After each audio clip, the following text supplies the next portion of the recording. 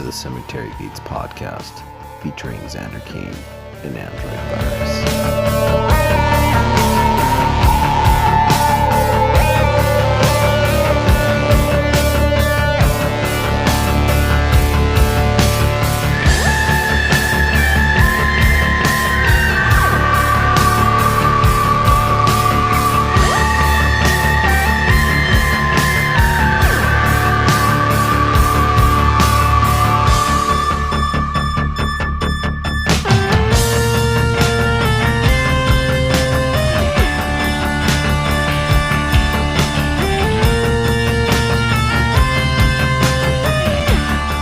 Hey guys, everybody, welcome to the Cemetery Gates podcast, and I am Android Virus, featured by my illustrious co-host, Mr. Xander Kane.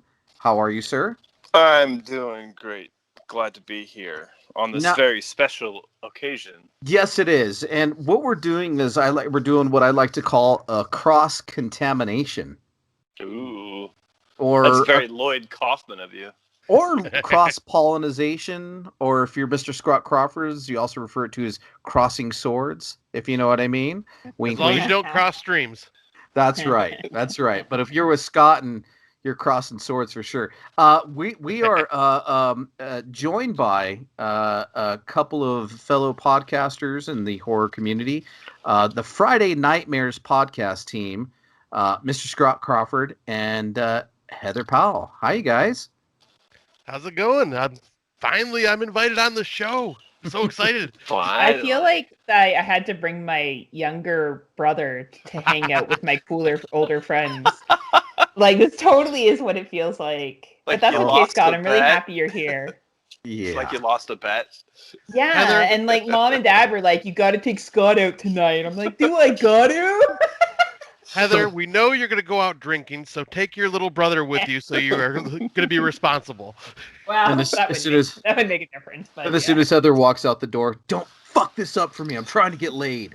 I would say that. That You're is straight out driving. something I would say. You're DD. Yeah. Yeah. There you have it. So Xander threw this idea my way. We've had Heather on the show before, and we hadn't had Scott on before. And, you know, the ongoing running joke is I'm actually do a podcast every other week with Heather and Scott called It's Not Horror. Okay. And, you know, they were first introduced to me, and I was first introduced to them on that show. And I was like, yeah, I got another podcast, you know, going on too with, you know, Xander. And they're like, cool, let us listen. And they're like, you're not the... Is that you? And I'm like, yeah, that's me. Which one's Xander? It's totally me. I don't know what you guys are talking about. Why is the talk actually like have a rating and not completely unrated? Yeah, it's one of those funny situations to where, you know, you can have a fluid personality on different podcasts, which is great. Because, you know, if you just had me, the same guy in every podcast, which is, you know, that's fine if that's what people do, but, you know, I get to let loose on certain ones, and this one, you know, is our baby, and I'm not saying I don't take the other ones personally, but, you know, I don't take the other ones seriously, which I absolutely do, but, you None know... of us take It's Not Horror seriously, Andrew. Like, come on, Android. Yeah. I don't take that show seriously. When in Rome, you know what I mean? Right? It's kind of like, you know, when Scott walks in the room, you know, he puts his boxers on backwards. That's what happens. So. Hey, like we were saying, you know, you have a different personality. That is It's Not Horror, Scott. He's like, I'm not gay in real life. I promise you. I don't. Oh man, Scott's talking to multiple ladies right now. Like, Scott, yeah, like play over here. I'm surprised you're able to make time for the podcast. The CDC was like, y'all don't have to wear a mask no more. And Scott was like, boom, boom. Line up, ladies. No mask, no condom. No, is that what that meant? Oh shit! Exactly. That's exactly what that meant. So speaking of which, we all picked 4 movies, so we're gonna have a hell of a show tonight. Normally, we like to do a segment of what you've been watching, but you know, this is what I have been watching, 4 movies in the past week or so, and So I haven't been watching a whole lot, but so we're gonna, for our Cemetery Gates crew out there that listen to us, we're gonna kind of be skipping that step of the show tonight of what you've been watching and What if I don't want to? Well, well, this is segueing perfectly into what our next segment is going to be. Did Xander pick a softcore porn or not? I don't know. We're pretty close. Yeah. This one's full of STDs, and by STDs I mean snake transmitted diseases. So true. I like it. Snakes hiding in holes. Yeah. All the holes. Yes, finding deep holes to crawl, deep warm holes to crawl into. Wait, let me take that back. Deep, warm, dark holes to crawl into. There you have it. So, and because Heather Scott, this is what we do on the show. Xander normally picks a movie, and this last year, for some reason, every movie he picks somehow has some way been on Cinemax late night. That's because he actually watches the channel all the time still. Yeah. He's found a way to go back in time and watch I actually go through my old VHS collection that I recorded when I was 12 off Cinemax. I'm just going through the catalog. Nice. I would dig it. Perfect. Yeah, it's good. I mean, you got to have Animal Instincts 1 through 4 in there, right? Yeah, and Embrace the Vampires on there. And, oh, hell yeah. He's got a lot of fun picks for us, and which is great. And kind of the running theme of our show is we like to try to pick movies that nobody's seen before, including us. I know that sometimes that's hard to do, but I know with my picks, I generally just kind of what do we call it, the Russian roulette, Xander? Yeah, let it fly. I'm just like, I like the name of that. I like the cover. Let's watch it. Yeah, sounds interesting. Yes, it's what Heather does too on the other show. Oh, totally. Yeah, it oh is. Man, yeah. I decide last minute, and I just Google sometimes action movies from the '80s, and see what comes up. I like colors. For that. Yeah, seriously, that's how I picked for that fucking show. And that wasn't far off for this pick too. The last time Android and I did a show, which is not out yet actually, I gave a recommendation for y'all to do a movie. So, Ooh. I am curious. You'll have to wait with bated breath. I always do, my friend. I feel like we had some recommendations for them potentially. Like we were kind of throwing the gauntlet down to you two to see if snap. I mean, and we're trying to kind of drag you through the sleazy swamp known as Cemetery Gates. I think we did all right. Yeah, and we got a couple of sleaze. There's a couple of sleazy ones that I'd love for you guys to see if you could even sit through them, and not like sleazy in a bad way, but like sleazy like, fuck, this is bad. I don't wanna. But yeah, it's not like sleazy, like gratuitous, rapey, just for the fuck of it shit. We've been watching a Serbian film in Solo recently as among some of our watches, so yeah, I saw that you guys were trying to cheer each other up with some recommendations there. Yeah, exactly. Yeah, Girl Next Door, Megan is Missing, Cutting Moments. It was irreversible. It was awesome. So if you're ever in the mood for anything like that again, which I assume you're not, I highly recommend the American Guinea Pig series, one of the films in the American Guinea Pig series called Bloodshot, directed by Marcus Cook, which is the guy that directed 100 Tears, and did the special effects for We Are Still Here and the effects for... Oh, nice. Yeah, my Jacob's buddy. Wife. Yeah, and Jacob's Wife, same guy. So that's the movie he directed, and it is incredibly bleak and tragic, and he had a hard time editing it because it put him in a bad headspace, so it took him a while to edit it because he was like, woof. Wow, yeah. It's really heavy, man. I've seen one of the American Guinea Pig films. I think it was Bouquet of Guts and Gore. Yeah, that's just like a gore fest one. This one has a little more depth to it. And okay, good. Yeah, that one was just a pain to sit through. So all the films in that series are completely different. They just are tied into this. They all have extreme gore in them. That's the whole point. But the stories are very different. It's not a continuous theme or anything running through them. So. Oh, gotcha. Yeah. Yeah. I may eventually at some point put myself through those films. Some of the more of those films. Yeah, I own 2 copies of it. I don't know how that happened, but Nice. I think I bought it, or I got it sent, like a review copy of it, like right at the end when I were still getting review copies for Killer Reviews. Like they sent me a review copy, and then I bought a copy because I felt bad because I know the director and I didn't buy a copy. So, sometimes that happens. Yeah, I've been there and done that myself. I'm thinking the horror world, like we've all double dipped 9,000 times at this point. We did top 5 films that made us uncomfortable. So both of us just watched a ton of films that just made us uncomfortable. And yeah, so I like right after my second COVID shot, I was like feeling just down in the dumps and just kind of beat up and tired. And so I was like, you know what? I feel like crap. You know what? This is a good time to do. Let's do a triple feature with Girl Next Door, Megan is Missing, and Salo. That's a great idea. That'll round out the 3. It still blows my mind that there's a Criterion release of Salo. Like, yeah, I was saying that to him. Like, I don't understand how this is a thing. Yeah. Who had a hard time editing the Killer Reviews podcast? You were saying.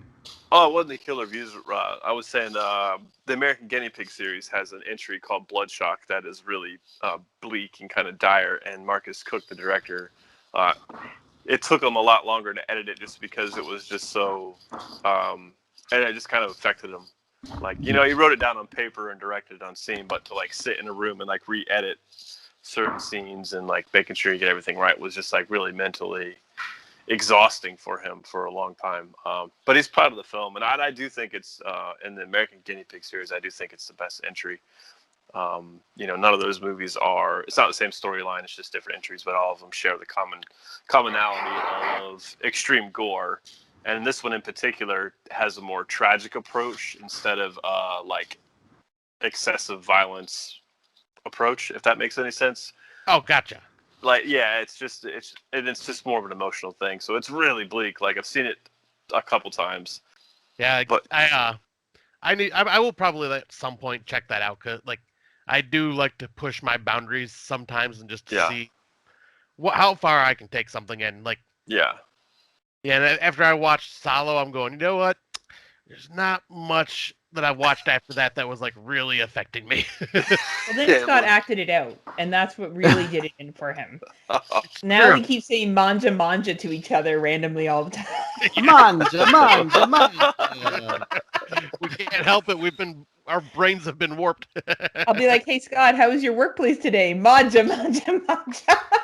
They're just sitting there screaming manja manja. I'm like, I'm sorry.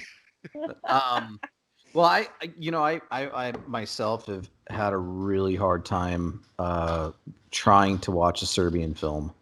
I can't bring myself to do it. It's not a good film. Don't bother. It's not a great movie. You're not missing anything. Like, honestly. Yeah, I watched it and it's really well made. That's about what I'll give it. Like, Scott. Your dog's trying to say no. He doesn't stop enticing him. I think that might be Heather's dog because my dog's outside. But yeah, Serbian film is just really well made. But yeah, it's just the content. Yeah, it looks good. It looks good. It's the sounds good. Like, it's a well made film. But I don't care for it. I've seen it once. That's enough. Yep, that's how I felt. Like, watched it once, and yep, I pretty much know what was going to happen in it. So like, I seen those scenes. I was like, all right. Moving on. So I had the same, kind of the same experience as you, Scott. Similar. I got my second COVID shot on Friday, and Saturday's cool, and then seriously, like maybe 16 hours after I got it, like come 11 a.m. my time, I just feel like a fucking truck ran over me. My body was achy from head to toe. I was having chills, having the fever. Like, this fucking sucks. And so I said, well, guess I'm going to fucking sit on the couch here and watch some shitty horror movies. Turns out you watched all amazing ones. Right. Mm-hmm. Mm-hmm. And, but Heather's was the movie that I watched where I was just like in the fucking thick of it. And I completely passed out 45 minutes into it. Oh, no. Yeah. You're not going to know what happened. No, I did. I did finish it last night when miraculously I started feeling better. But that's what they say, you know, about 24 hours with the after effects. So, but it was a rough one. It was a rough, like, I'm not saying the movie, but the movie was a rough one. We're gonna get into it. So I want that to be your Halloween costume this year. Oh, mine? Yeah. I don't know what my Halloween costume is going to be this year. I don't know. Well, it better we just not have match an your idea. dogs. Yeah. There is a Photoshop picture of me floating around somewhere with me in a bunny outfit, by the way. Photoshop you claim. Photoshop you claim, but somewhere. But let's get into these movies because we got 4 films to review, guys. And par for the course on this show, we like to listen to the trailer and of the movies that we're going to review. So I decided, because the first movie that I watched was my pick, so we'll do my pick first, and we're going to do Eatin Alive from 1976, and we're going to go ahead and listen to the trailer for that, guys, and we'll be right back. Play it up, Buck. Yeah!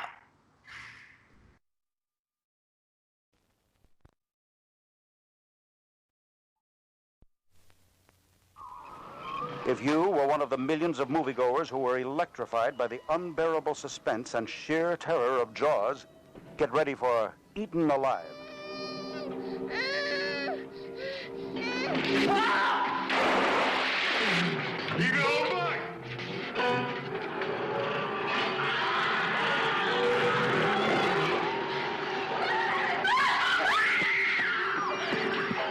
Created by Tobe Hooper, maker of the screen sensation The Texas Chainsaw Massacre, Marty Rustin presents a new horror classic, Eatin Alive. Into this house of terror comes a handful of unsuspecting innocents. Hello? What happens to these people in Eatin Alive will give you the most chilling, terrifying 90 minutes you ever spent in a theater.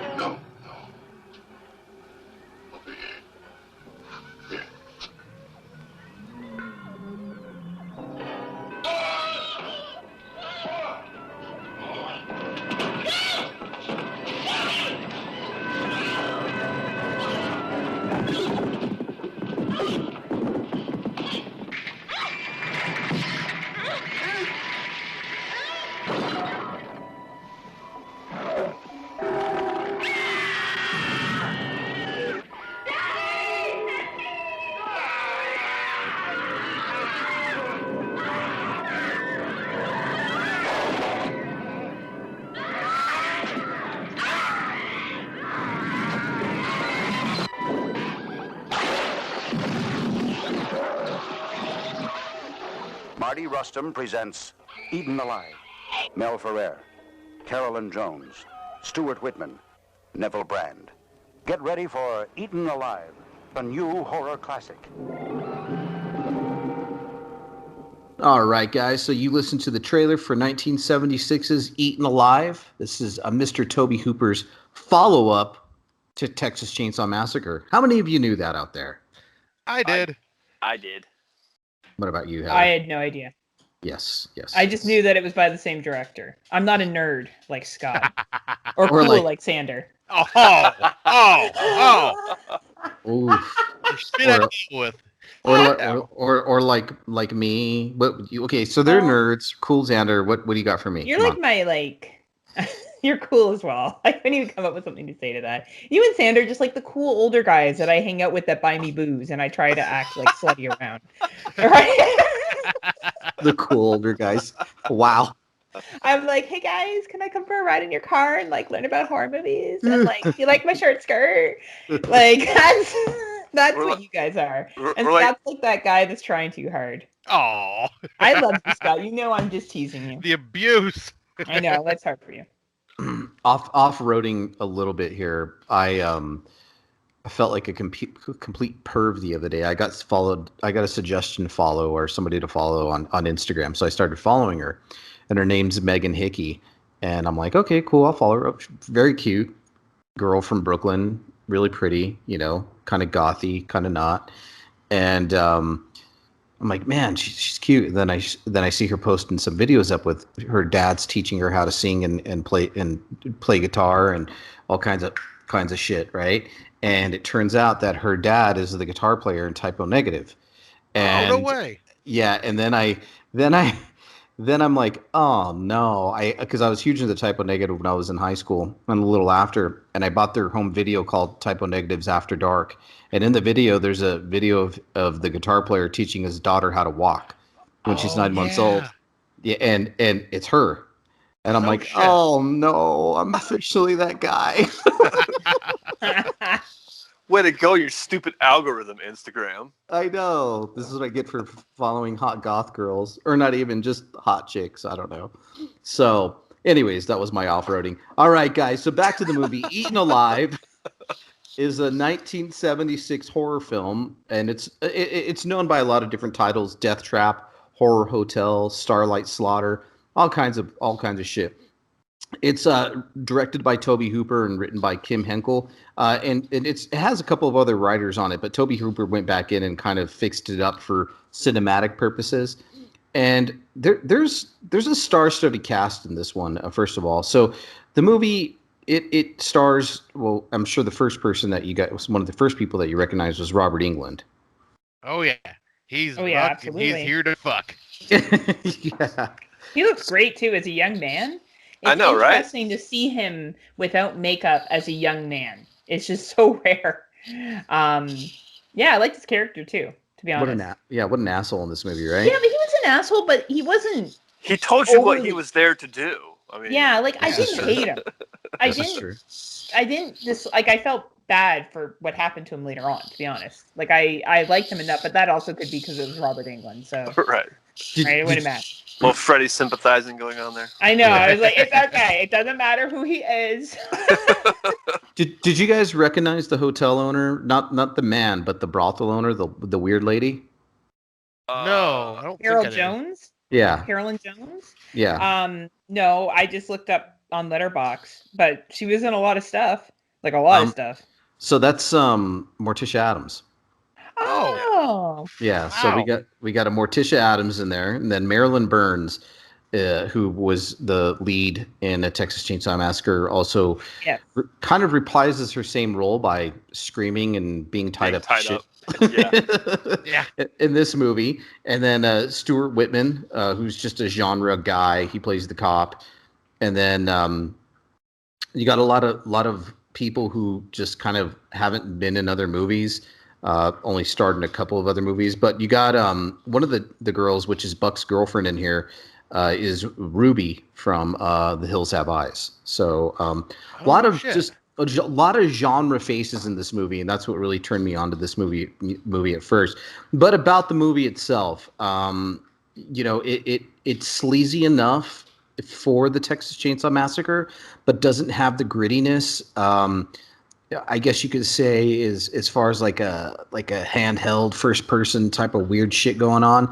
It's just it feels like it's filmed on some elaborate set, which I believe it was. And you only have two places of location in this film. You got the brothel, and you also got the dilapidated hotel that the guy owns. So, and then kind of a road driving up. You don't got much more. So it's not a huge set on this film. So it already feels kind of claustrophobic. So the movie starts out in a brothel, and Robert Englund is wanting to take the back door with one of the ladies of the night. And she's like, no, you're not doing that. And the brothel owner, I paid for it. I'm just doing what I paid for. And I love how Quentin Tarantino like completely took that line for Kill Bill. Yeah, I didn't even realize that until I saw this movie. I was like, oh shit. Straight Yeah, 'cause rip. I knew that a long time ago, but yeah, I had not seen the movie still until watching it for the show, so I was cool to finally see it. yeah, and it's yeah, so this is Robert Englund playing his douche. He's just being an asshole in this movie. He's like, God damn it. He's just, let me tell you what, the brothel owner goes, let me go pick out two of your best girls. You can fuck them both in the ass. Well, I don't know if that's what happens, but still. But she's pissed. She gets kicked out of the brothel, causing problems. And she makes her way down to the road to old Judd's place. and he owns another place down the road, which is this dilapidated hotel, and he's like, you're what's her name, one of her girls. Yeah, I am. And then he just completely just loses his mind. Gets like a fucking giddy as shit. Like he's like, yeah, come here. He has that up, jump, and down. He gets so happy when he kills people in this movie. He just jumps up and down like a damn, like an ape. It's weird, isn't it? Yeah, he just loses his damn mind. Like, and he just becomes almost like a child. Yes. Yeah. Talks to himself a lot in the film. It's just very strange when he kills people, but he attacks her, and he kills her with it's like a pointed rake, isn't it? It's not even a pitchfork. Yeah. Yeah. It's crazy. And then he just pushes her into the side little swamp there, which a crocodile or an alligator, I don't know, what does he say it's called? A crocodile? It says a crocodile because you can't kill, or they won't die. You got to kill them. Yeah. Yep. And it came from Africa. Right. And then he also has like weird little animals all over the place. Now let's talk about the red lighting in this film when weird shit happens. Very, very strange. Just the atmosphere in this movie. It was supposed to be like in a weird Twilight-ish. Tobe Hooper described it as he wanted the atmosphere to be like like Twilight, like a weird. He wanted the setting to be like that on purpose. Yeah, you could see a couple of shots where it's like toward the end where like the scene is like a little darker, and then the other scene looks like it's like almost dusk coming up, but then they flash back and it's a little bit darker. So like the lighting, you can see the difference in lighting, and I don't know if that particular scene was intentional because one is facing. The darker side is where the killer's perspective, and then the other side is her perspective. So I don't know if there was some sort of weird. It's definitely intentional from his part. But the weird thing about this movie is the Judd. He stole the movie. The main actor. The guy. Oh yeah. He's just a creep because you get. You just get some weird shit that happens. You get a family that shows up, which Marilyn Burns and her weird ass husband, or I don't know. Dude, her husband, what the fuck? What the hell? He's like, what the? Did you put this? What was that whole thing we're talking about? Oh, you put the cigarette in my eye. Yeah. What? The fuck is happening? I put it in my eye. And then he like starts crawling on the ground looking for his eye. I'm like, what the fuck? And he starts barking like a dog. Oh, you just Yeah. It was so weird, man. I still can't wrap my mind around why he was told to act it that way and portray it that way. I just did it. If he just did it, yeah, because he's the actor himself has been in a lot of weird shit. He's passed away. By the way, the actor who plays Judd, I do want to go back. His name is Neville Brand. Okay. And Neville Brand, believe it or not, this is really funny. He's a World War II vet, and he's not only a World War II vet, he is a fucking a war hero. Oh no, he's a shit. Purple Heart. Yeah, dude, the guy went in, he blasted like all kinds of Nazis and shit. Like, you just read his wiki, it's insane. He's a war hero. It's crazy. Wow. I was like, that's wild because yeah, like I recognize that name, Neville Brand. I don't know if I've ever seen him in anything else, but like I did recognize that name right off the bat. Yeah, so Neville Brand, he was a genre actor in a lot of World War II movies. Like, he's basically the real life version of what Leonardo DiCaprio played. I don't know, like, or one of those weird in those Quentin Tarantino movies where they have the actor who was in a real war. War movies. He's one of those guys. But so back to the movie. You get a family that shows up. There's a little poodle which gets eaten by the alligator right away. The little girl is just freaking out, crying, trying to calm her down. Marilyn Burns takes off her dark wig. That's another which is weird. I'm like, what the Yeah. fuck was she wearing a wig to begin with? She has Yeah, long, that was- beautiful hair. That whole family dynamic was just really fucking weird. The child was like the only normal one. Yeah. Yeah, that's why she ran away. Yeah. Marilyn Burns pretty much was like, "What are you gonna do about it? You want to know what I'm gonna do about it? I'm gonna be a man. I'm gonna go save the day." And he goes down there and he gets killed. And I just had to ask the question though. It's like, after you just show up to this hotel and your dog runs off and gets eaten by the giant crocodile in the back, you decide you're just gonna stay at that hotel? yeah, I know, right? Okay. yeah, Like, who looks at that hotel and is like, yeah, this looks like a good place to stay. I think I'd rather sleep in my fucking car than Right. stay at that place. As soon as I saw that guy checking me in, I'd be like, nah, I'll see you later. I'll just sleep outside in the woods. Yeah. How close is the next rest area? I think I'll just make it there. I do love how the hotel looks. That set fucking rules. That hotel's just weird and creepy and just totally fits the vibe. and he just talks to himself randomly, like he gets shot in the leg, and then you find out he's got a wooden leg, so that's why he's limping around. And then you got a dad and his daughter who show up, who are looking for her sister and his daughter, and and who so happened to be the girl that was fed to the original girl that was fed to the crocodile or alligator outside. Yeah, who fought off 2 rapists just to be eaten by a crocodile. Right. That's some tragic shit. God damn. There's another funny one. Do you know who the little girl was played by? Kylie Richards. Yeah, and I don't know if you guys know who she is. That name is familiar. Well, she's a child actor. She's a child actress, and obviously, yeah. But this is what you're gonna laugh mostly about, guys. She went on to be in the Real Housewives show. What? Oh, no shit. She's one of the Real Housewives. You're right. Yeah, she's. Yeah, that's wild. Yeah, she was in so much stuff. But yeah, she ended up being one of the Real Housewives. She was in, it's crazy. But yeah, Kylie Richards. But she was in tons of stuff as a little girl, and then left Hollywood for a while. She was actually in Halloween as well, the original, as a little girl in there too. Trick or treater. Mm-hmm. I think she's a trick or treater. Yeah. So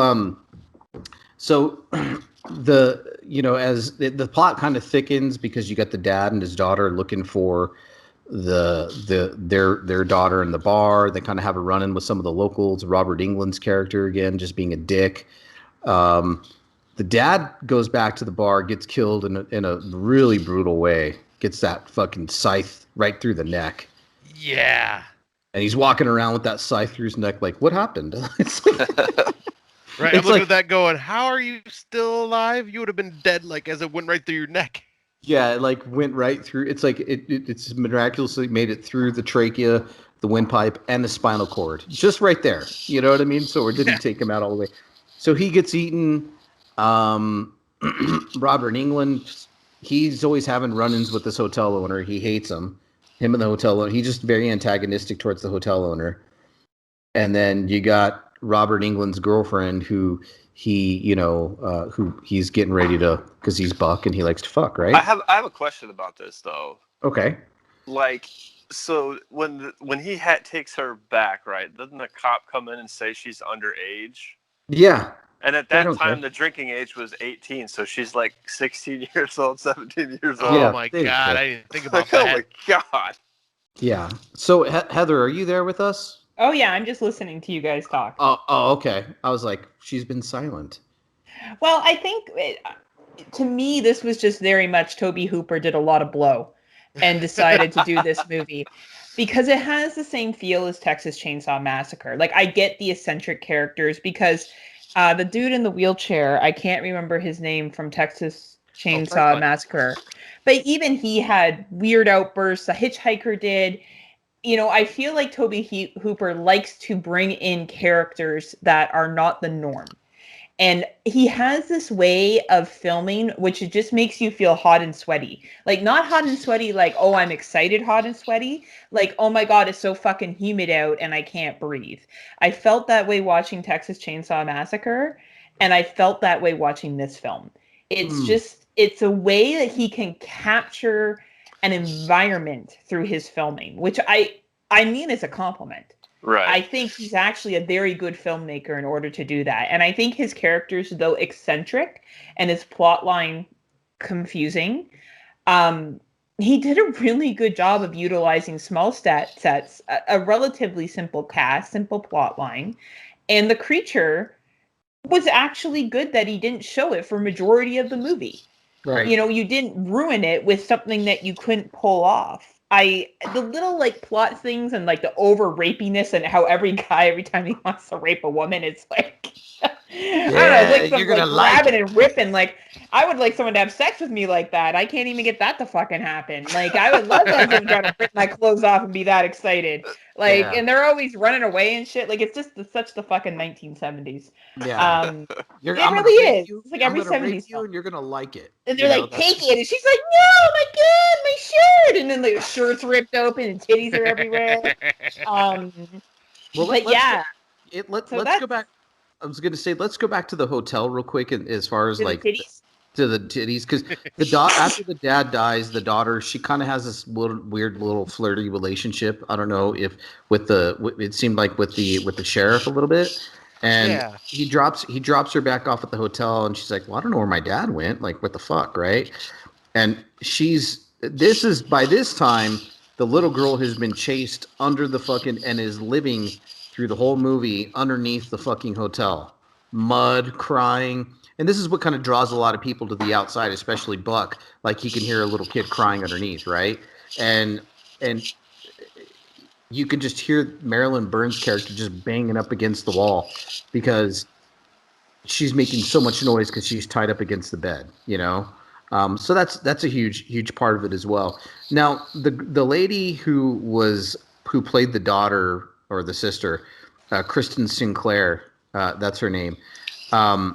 She, like, honestly did, like, maybe 3 or 4 movies in the 70s, and in each movie she showed her breasts and was just like, she did like Caged Heat, you know, Hustler Squad, Eatin Alive, the classics, dude. And she was the on movies some that Sanders likes to watch. Yeah, she was on some Chips. She was on some Chips episodes, but yeah, and she just retired from Hollywood. And I'm like, man, this girl had like the perfect like 70s look to her, by the way. Like definitely. Oh, she did. Yeah. Absolutely. Her breasts, her, you know, you could see her bush. Which is what we know, you know, Android digs. But nobody knows that on this show. Oh, whoops, my bad. Listen to It's Not Horror for more information on that. Don't give away my secrets. No, I'm sorry. But I think also when you were talking about that hotel scene, Android, everything tied in really well. The woman being tied up to the bed, to the little girl screaming under the deck. It did make sense. Like, as much as it was just a chaotic, fucked up hotel. And it was showing you all the chaotic things that were happening in this hotel, which is why as I was watching this movie, I'm like, I should not like this movie because I don't think it's that good, but yet it is good. It's a really, and I've always had that experience on this show. I watch a movie. What, like blood-sucking pharaohs? Yeah, and I'm like, what am I doing watching this, having a good time when I'm not it?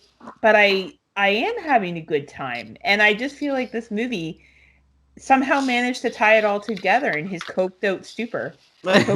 Toby Hooper bullshit. What was he a known drug addict? I don't know. Did he ever? I don't know. I've just decided that's just what it feels. I don't know. There's been rumors. Like, I know that he had like there've just been some weird rumors, especially with Poltergeist. You know, that was his movie, but there's Steven Spielberg's fingerprints all over it, and it's almost.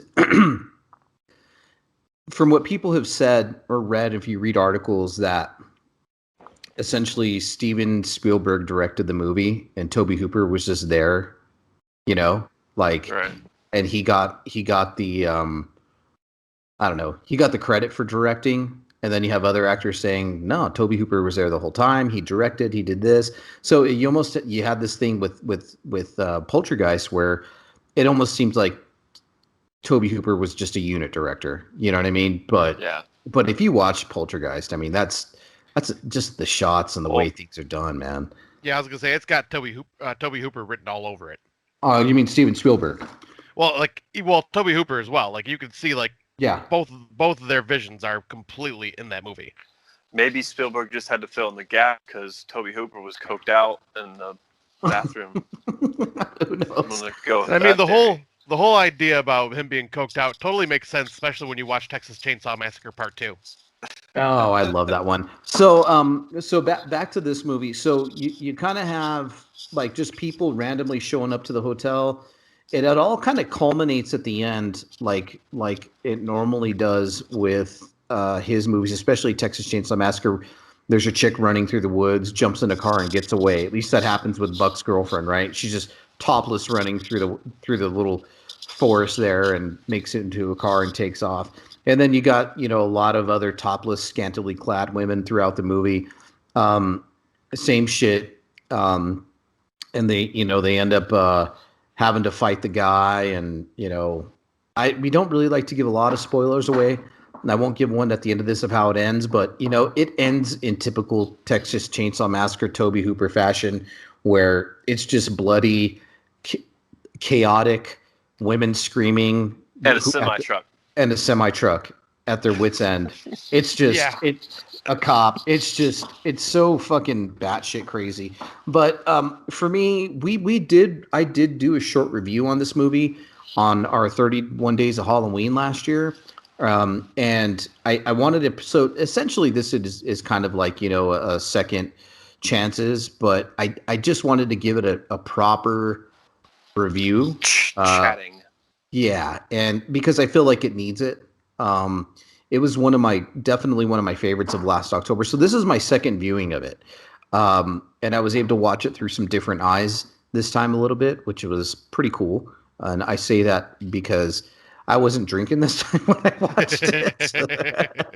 That will change the view of it for sure. Yeah, I saw a lot of things I didn't get to see before. So Heather's right. For all intents and purposes, this should not be a good movie. This should just the budget and just how it's filmed and where it's filmed, and it's just so odd. You got dead monkeys in cages, and the fucking killer just talks to himself all the time, and we don't really know why he's killing, other than he's just fucking crazy and weird. And there's only one killer, and you're introduced to the killer right away. It's not like it is a slasher, but it's just so odd. But it was at the time, not as popular as Texas Chainsaw Massacre, but it definitely is in that echelon, of a Texas Chainsaw Massacre. Oh yeah, you can feel if this movie feels like the blending of part 1 and part 2 of Texas Chainsaw Massacre. Like it fits that in between perfectly. Right. It's like a sandwich. It is, and I don't know if you guys know this, but there's a lot of weird things about this movie. It's based off of pretty much like a true story, somewhat, kind of like Texas Chainsaw Massacre was. So there was a guy in Texas who owned a bar on the bayou or by the lake that had an alligator, and he was killing women. And they found 2 women, and he's suspected to have killed 20 more. Wow. Yeah. So this is inspired by true events. I did not know that. That's interesting. Yes. Yeah. Yeah. It seems like Toby Hooper's go-to. It happened in the 30s. So again, this guy named Joe Bell, he just fed up to 20 women to his pet crocodile. So, in all fairness, the crocodile's got to eat, right? You can't just drag them out of their natural habitat and expect them to survive. Yeah. You shouldn't be judging Android. I won't. If you had a pet crocodile, who knows what you would feed to it? Right. Well, had that crocodile since it was a puppy or whatever crocodiles are called. They're little. It's like my dogs. We got to give credit to Joe Hankel. He's the one who co-wrote this movie. He also co-wrote the Texas Chainsaw Massacre, and it's just kind of been his ideas that the plot was very loosely based on the story of Joe Ball. And Joe Ball, he's also known as Bluebeard from South Texas, or the Alligator Man, and he owned a bar with a live alligator attraction during the 30s in Elmdorf, Texas. Wow. And during this time, several murders of women were committed by Ball, and the legend is that he disposed of the victims' bodies by feeding them to his pet alligators. And up to 20 women were just reported missing and never found in that area. So That's a good way to get rid of a body. well, hey, here right? we do. Like, here not we that feed- I would ever do something like that, but well, here we feed them to the pigs, and that's how it happens. But so there you have it, guys. So let's give it a little bit of rating on this. I'm gonna go ahead and hand it to Heather. What would you give this? A 4 out of 5? 3 out of 5? Okay, I'm glad you told me what the number was out of, because I couldn't remember from the last time I was on. I think this movie, I can't believe I'm going to say this. I think it's a 5 out of 5. Wow. I know.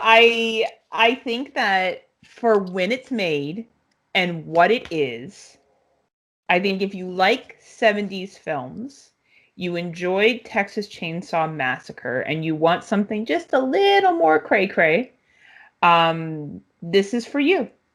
And I would say that with giving it the 5 out of 5 rating. I think the acting is solid for what it is.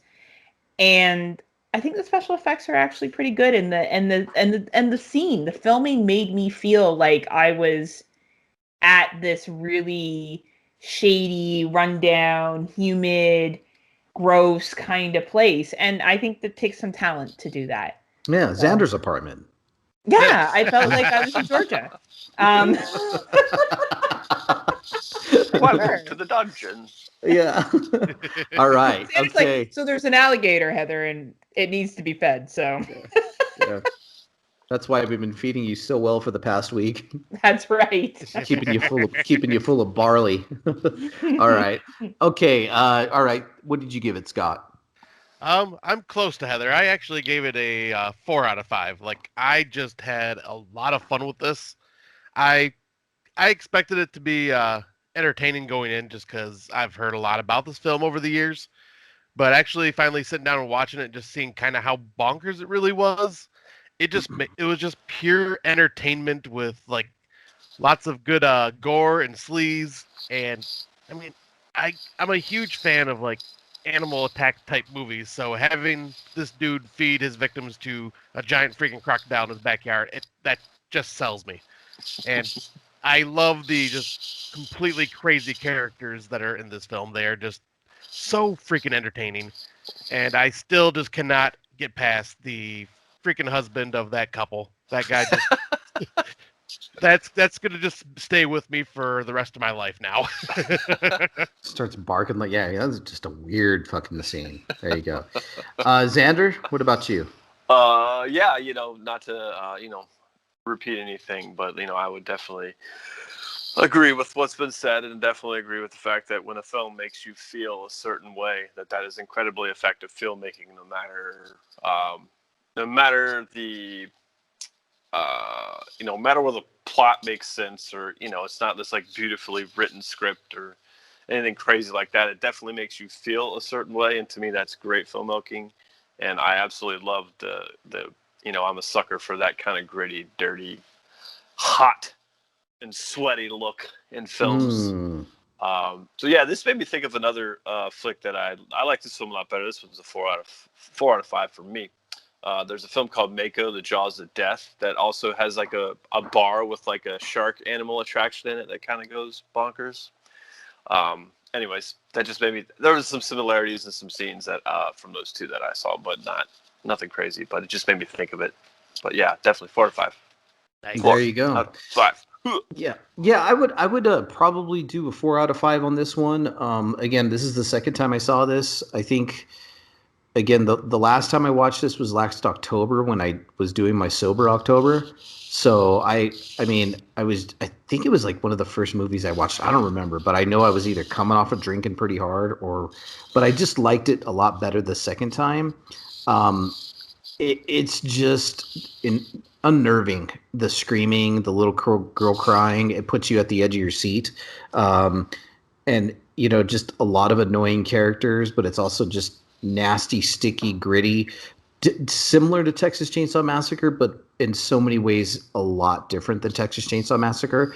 I feel like they tried to turn around and have a lot of fun with this. Again, the main actor, the guy who plays the hotel owner, stole the movie for me. He acted the shit out of it. Just a weird dude, man. Just a weird dude. And just to read his backstory about him being a World War II hero, a war hero, which is fucking insane to me. But anyways, 4 out of 5 for me on this one as well, guys. Highly recommended. You can watch it all over the place. You can buy it all over the place. There's been numerous releases everywhere. So yeah, it was a $2 rental on Amazon, so it was well worth $2. There you have it. Yeah. Streaming. So yeah, I rented it for $2. All right, guys. So let's go ahead and we're gonna go ahead and review Scott's film.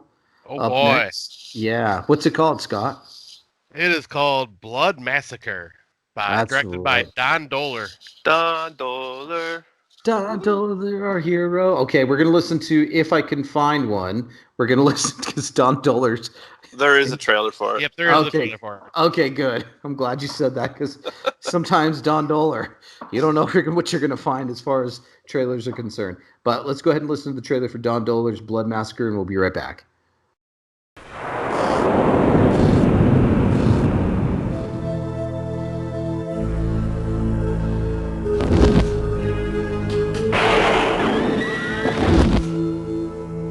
Lock her in the trunk.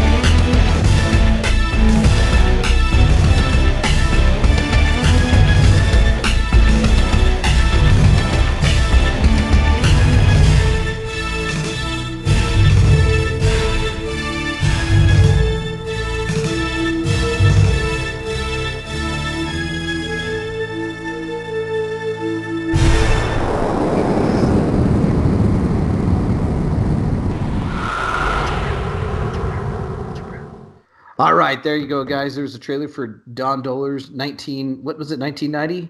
I think it was 1988, but it also found it for 1991. So I'm not sure exactly what the year is for it. Take it away, Scott. Let us know about this film. All right. So the reason I picked this film was, I've listened to your show and I'm going, all right, I got to bring something to the table that these guys may not have seen and that is also just kind of batshit crazy and kind of low budget shot on video style. That's kind of what I was going for. And I just so happened to come across a Facebook post like right after you said, hey, I need your movie picks. And one of my friends was talking about this and I'm going, watch the trailer and I'm going, oh, this movie's going to be perfect. And yeah, it's pretty much about these guys that are fugitives on the run after robbing a video rental place of all things. I know. And, the gold hold mine up, of the Scott. video store. It makes sense. We've just watched the last blockbuster, and video stores were making a killing in the 1980s. True. So in all fairness, they probably got some good money out of that video store. That is very true, but at the same time, was it worth it? Because they ended up killing somebody in the whole fiasco and having to be on the run. And when they're on the run, they end up, I think, running out of gas in their getaway vehicle, and they send, I forget the characters' names because I'm always terrible with character names, but they send the woman and one of the other guys walking down the street to try to, find either gas or find another ride. And they just so happen to come across this girl named Elizabeth. I do remember her because holy shit, she's nuts. But they end up coming across her and basically hold her hostage, take her car, and go back get the rest of the gang. And they end up going back to her parents' house.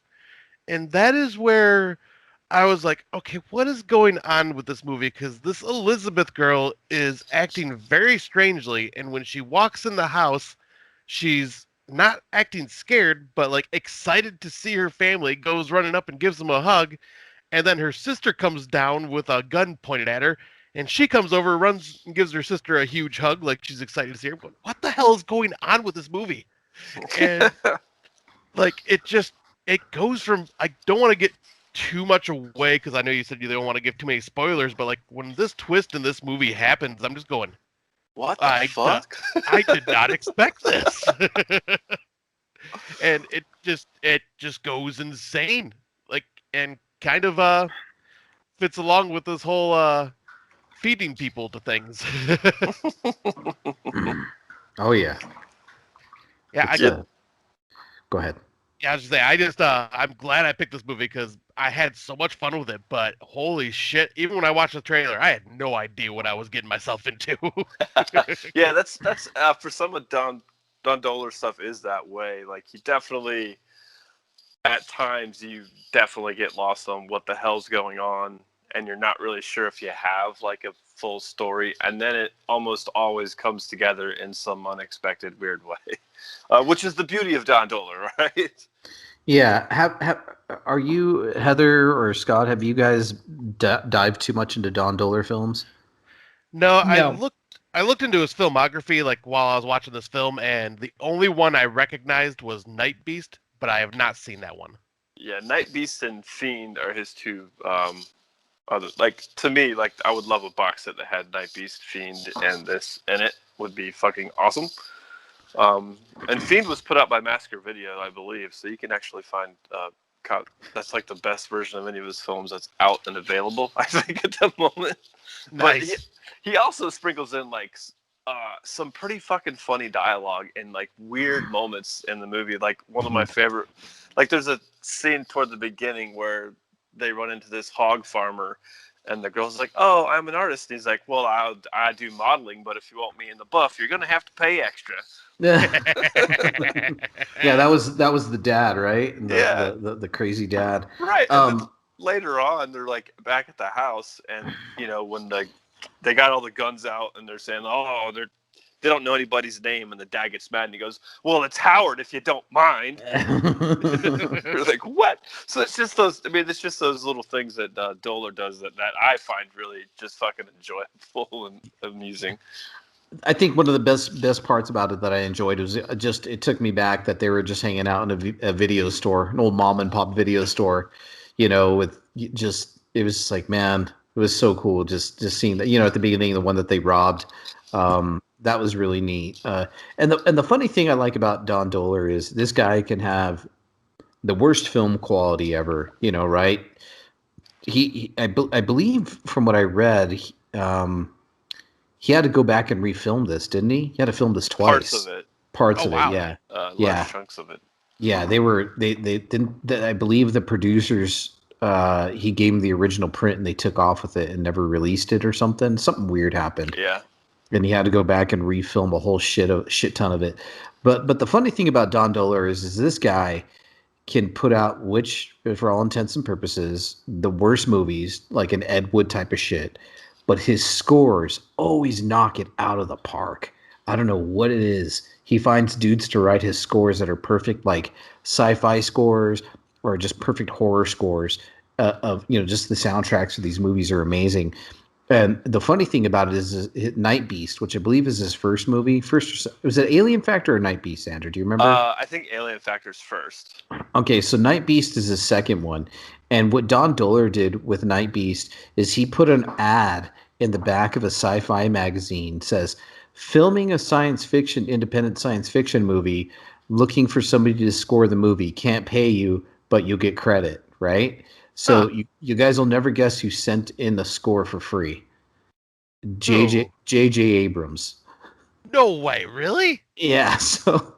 Holy shit. So one of J.J. Abrams' first credited on IMDb is going to be Night Beast because he scored the film as a teenager.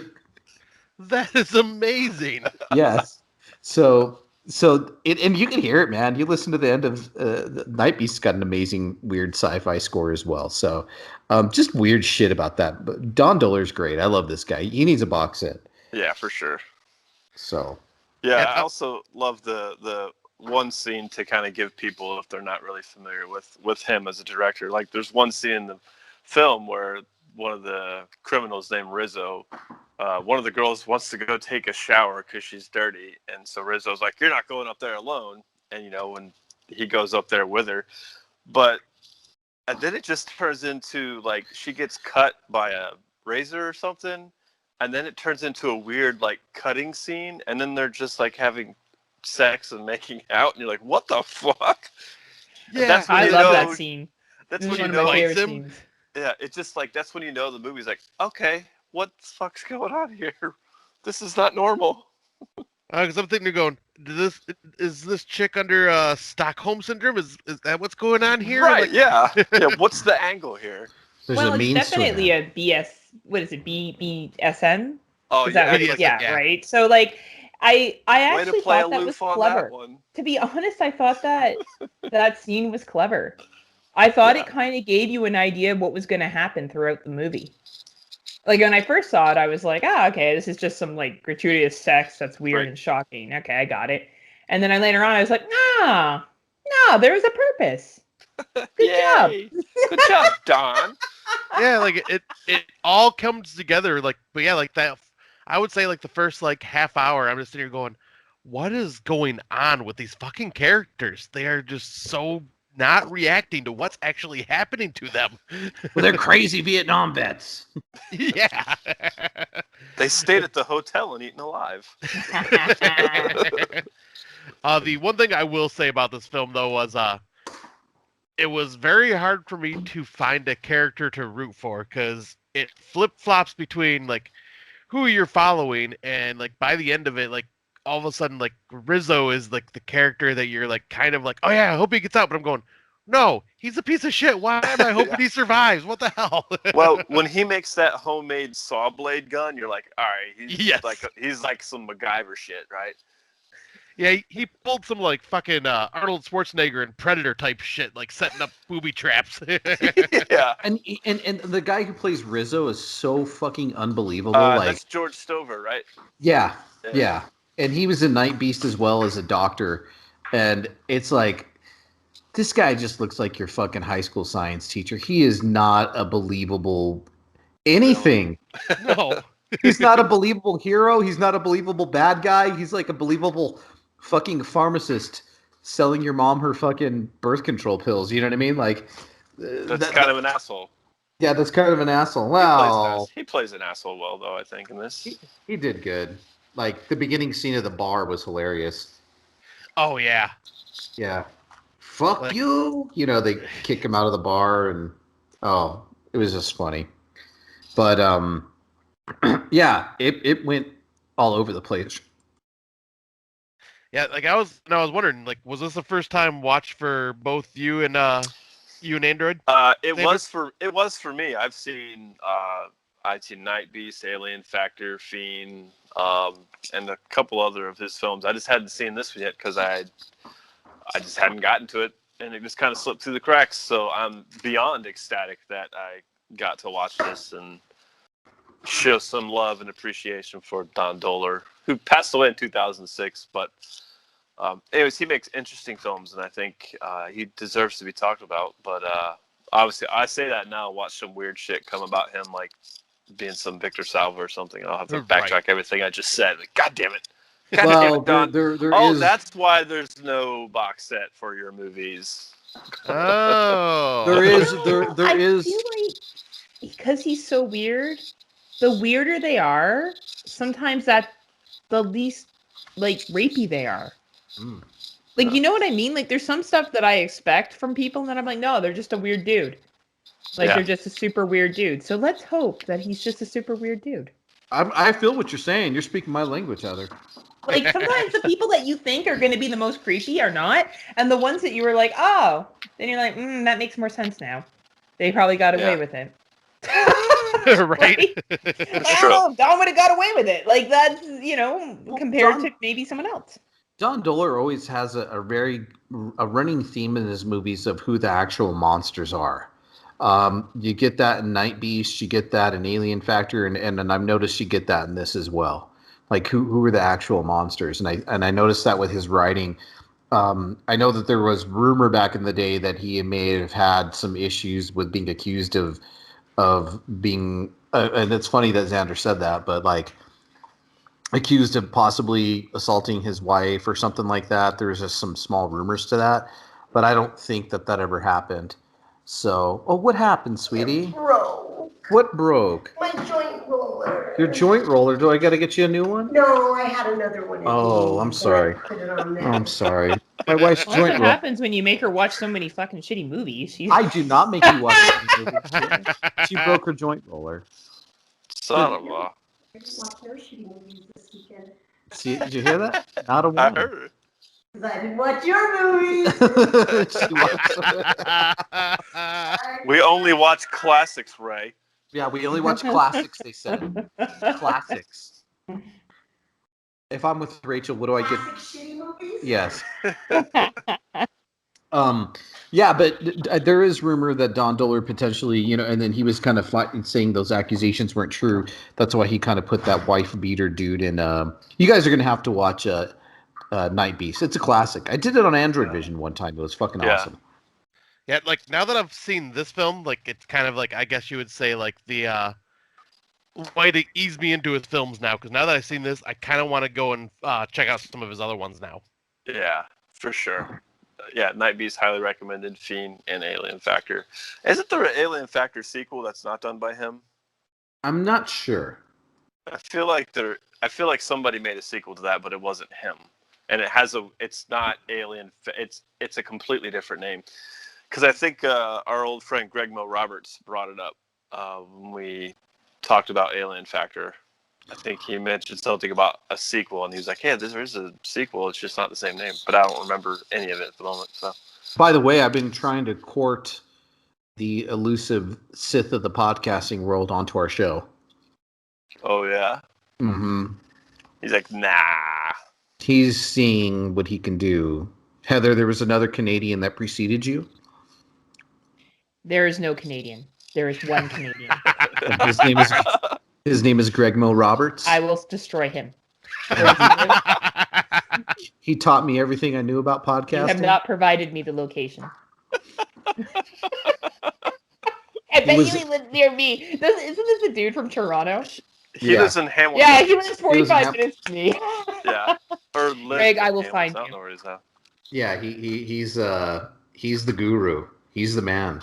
He I don't know. I mean, he taught he taught me, like, I don't know. He's one of the first dudes I ever podcasted with. It was great. I looked up to them. I looked up to Greg Mo. I still do. Aw, Greg. Well, why isn't he coming on your show then? Because he's an international fucking spy. Man of Okay, mystery. first of all, he's from Toronto. Greg, I know you're from Toronto. We're not that special. So, you And need to come on the show.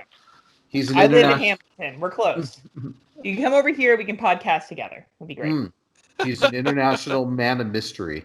We don't know what he does. We just I know know that. He probably works for the Toronto Transit Commission. Or he works for the city of Toronto. Probably doesn't do anything that exciting. I want to find I him now. remember Look him up on correctly, LinkedIn. he works for an acquisition company or something. Oh, okay. I'm gonna see if I can find him. I don't know what he does. All right, guys. So, what did we give this movie? Let's Scott start it off. All right, since this was my first little trip down Don Dohler Dohler Lane. filmography, I am glad I picked this because this fit perfectly with a lot of what you guys watch on the show. Like, and holy shit, when this first started, I'm going, man, this is low budget. And I'm kind of digging it, but I'm not sure how I fully feel yet. And then it just keeps going and keeps going, and I was freaking in, like, completely. I loved the hell out of this movie. This is a 4.5 out of 5 for me. Yeah. Whoa! I Blood freaking Massacre. dug the shit of it. Yeah. For sure. I would also give it a 4 out of 5. I don't know. I'm trying to remember what I rated Night Beast, and I don't remember. And I'm trying to think if I liked this more than Night Beast or not, and I don't know. So it'll have to stay at 4 for now until I reassess my Night Beast decision. But yeah, I'm super stoked. This is everything I would have expected from the director. So, like I said, super stoked that you picked it and we got to watch it and talk about it and all its silliness and awesome low budgetness. So yeah, 4 out of 5 for me. Hell yeah. Very cool. I gave the first time watch of this one, a first time viewing. I gave this one a 4 out of 5 as well. It's just what I would expect out of Don Dohler. And it was just batshit crazy all over the fucking place. I mean, and not in a bad way. It really threw me for a loop. And what the fuck is going on here? The end even threw me for a bigger loop. Like Yeah. I still don't know what these people are. No. I have no clue what the fuck these people are, and I'm just gonna leave it that way. It's just, yeah, it's crazy, and the gore is great. As always, Don Dohler likes to put pretty much a majority of his budget in his fucking makeup, so that was very strange. But yeah, I enjoyed the shit out of it. Hell yeah. So I'll give that a 4 out of 5. And what about you, Heather? You know, it definitely wasn't my favorite film out of the ones we've watched, but I really, like, mad respect for the twist. I can usually predict when a twist is coming in a film, and I couldn't do that with this one. And I thought that was really cool, and I think there's a little bit of a political message here. We've kind of danced around that, and I love me some political messages. So this bad boy's going to get a 4 out of 5. Nice. Oh yeah. I might have missed that. What was the political message? Like, who you think is the one that has malicious intentions isn't always clear. What hides behind the picket fence is sometimes what the evil is, right? Like the haves and the have-nots and all that other kind of stuff, right? So that's what I took from it. It wasn't huge. It's just who you think characters are changed drastically, and I really respect a film when they can do that. And that is the reason why I detest the BTK killer, guys. The who? BTK. Yeah. I don't know what you're talking about. You don't know who BTK is? No. Find, tie, and not, or kill. Bind, torture, kill. Oh, Heather. Oh no, I didn't know. Oh, is that what you'd like to do on the weekends? Like Dennis Rader? Oh, yeah. Oh, my God, Heather. We're going to have a conversation, you and I. Oh, boy. And for that very reason is why BTK is the most fucking just awful fucking serial killer of all time to me. Because the guy, you think that he's the leader of his Lutheran church, and he's a scout leader, and he's revered, but not really. When you find out he's one of the, and he was going around fucking breaking into people's houses and jerking off into their fucking panty drawers and killing them. And I'll tell you what, it always starts off. It's breaking in and jerking off in panty drawers. If I've seen enough true crime dramas to tell you that much. Oh my Lord. All right, guys. So we're gonna go to our next film, and let's go ahead and review. Let's do Heather's film. Oh boy. This classic. Yes. What's it called, Heather? Oh, it's the Bunnyman Massacre. Upon watching it, finding out it's a sequel. Yes, and there's a third, in case anyone's interested. We started off right in the middle, like the Star Wars series. Yes. So, yeah. What's funny about that, finding out there's a sequel, like a few days ago, I had texted Aaron that we should do a random show that was just sequels and not talk about the movie before it or may have come after it. And we just so happened to do it for this one, which is great.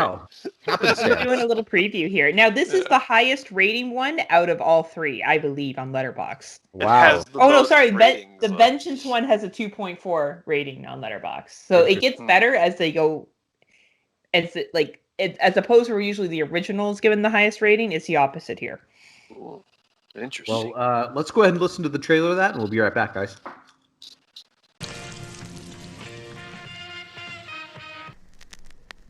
Ladies and gentlemen, for the next few moments, you will be witnessing scenes from a new motion picture.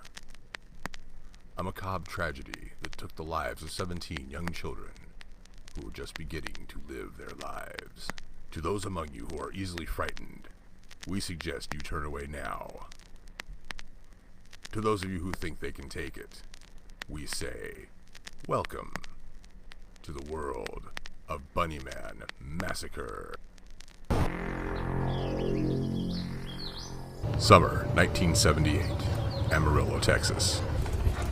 A group of young, innocent children are on their way to school. But today is different. All they wanted was an education. All they wanted was a chance at life.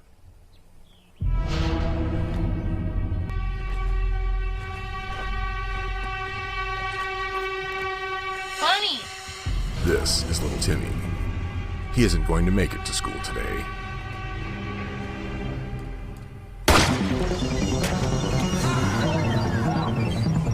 None of these children will get to live the lives God promised them.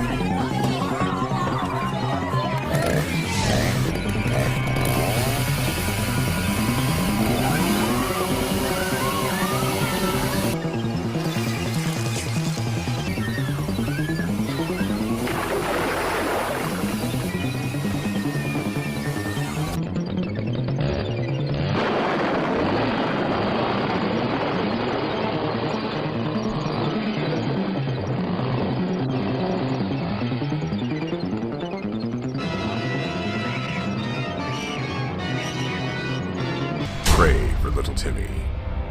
Pray for him. Rated R.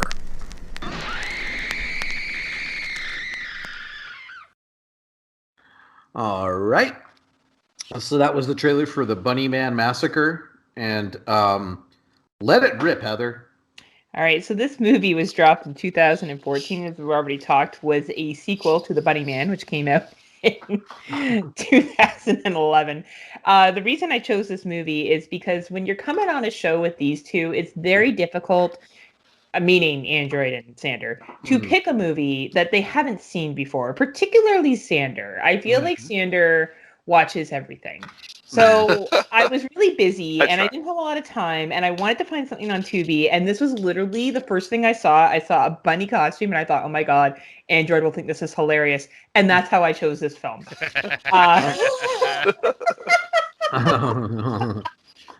So I had real low expectations walking into this movie. And, you know, yet again, when you have lower expectations, you're not disappointed. Kind of has to take my life.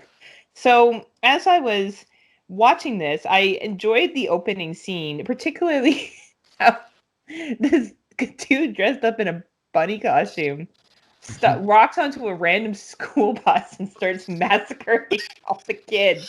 And they're jumping out the back of the fucking bus. Oh and then he grabs one at the back window and just like beats the shit out of it on screen. I'm like, Jesus Christ. As the kids are running down the road covered in blood, you're like, oh, this escalated quickly. Oh, man. And then you got like these oldie time photos that open the movie that make real no context to the rest of the movie. But I think actually, go ahead. Sorry.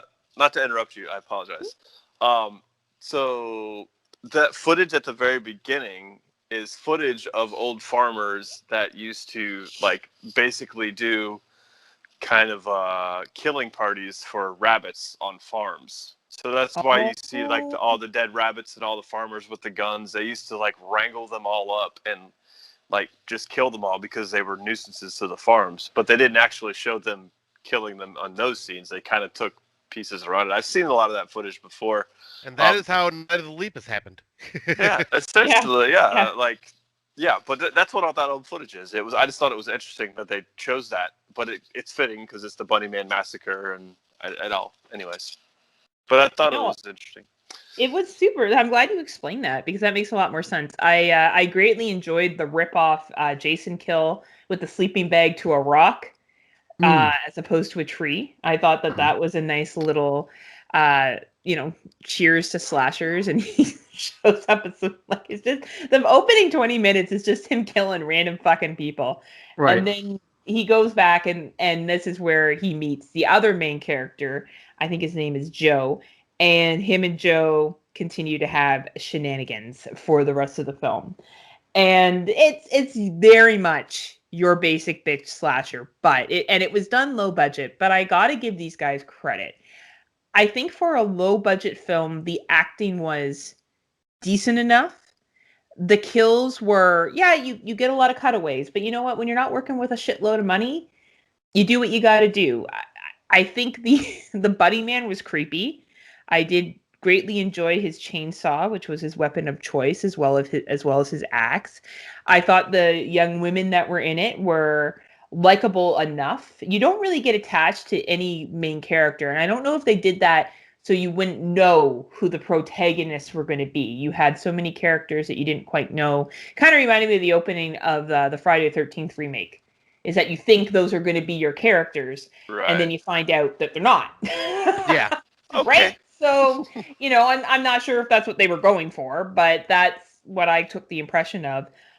Honestly, this film had no business being as enjoyable as it was for me, but it was. So I'll let you gentlemen comment, because it's not a complicated film. This is a slasher film about a guy in a bunny rabbit suit for an hour and a half, right? And his creepy asshole friend. But there were some funny fucking lines. Like, there was one line he says to the chick, like, "I'm going to make you bleed out of your mouth like it's your period." And I actually laughed out loud at that.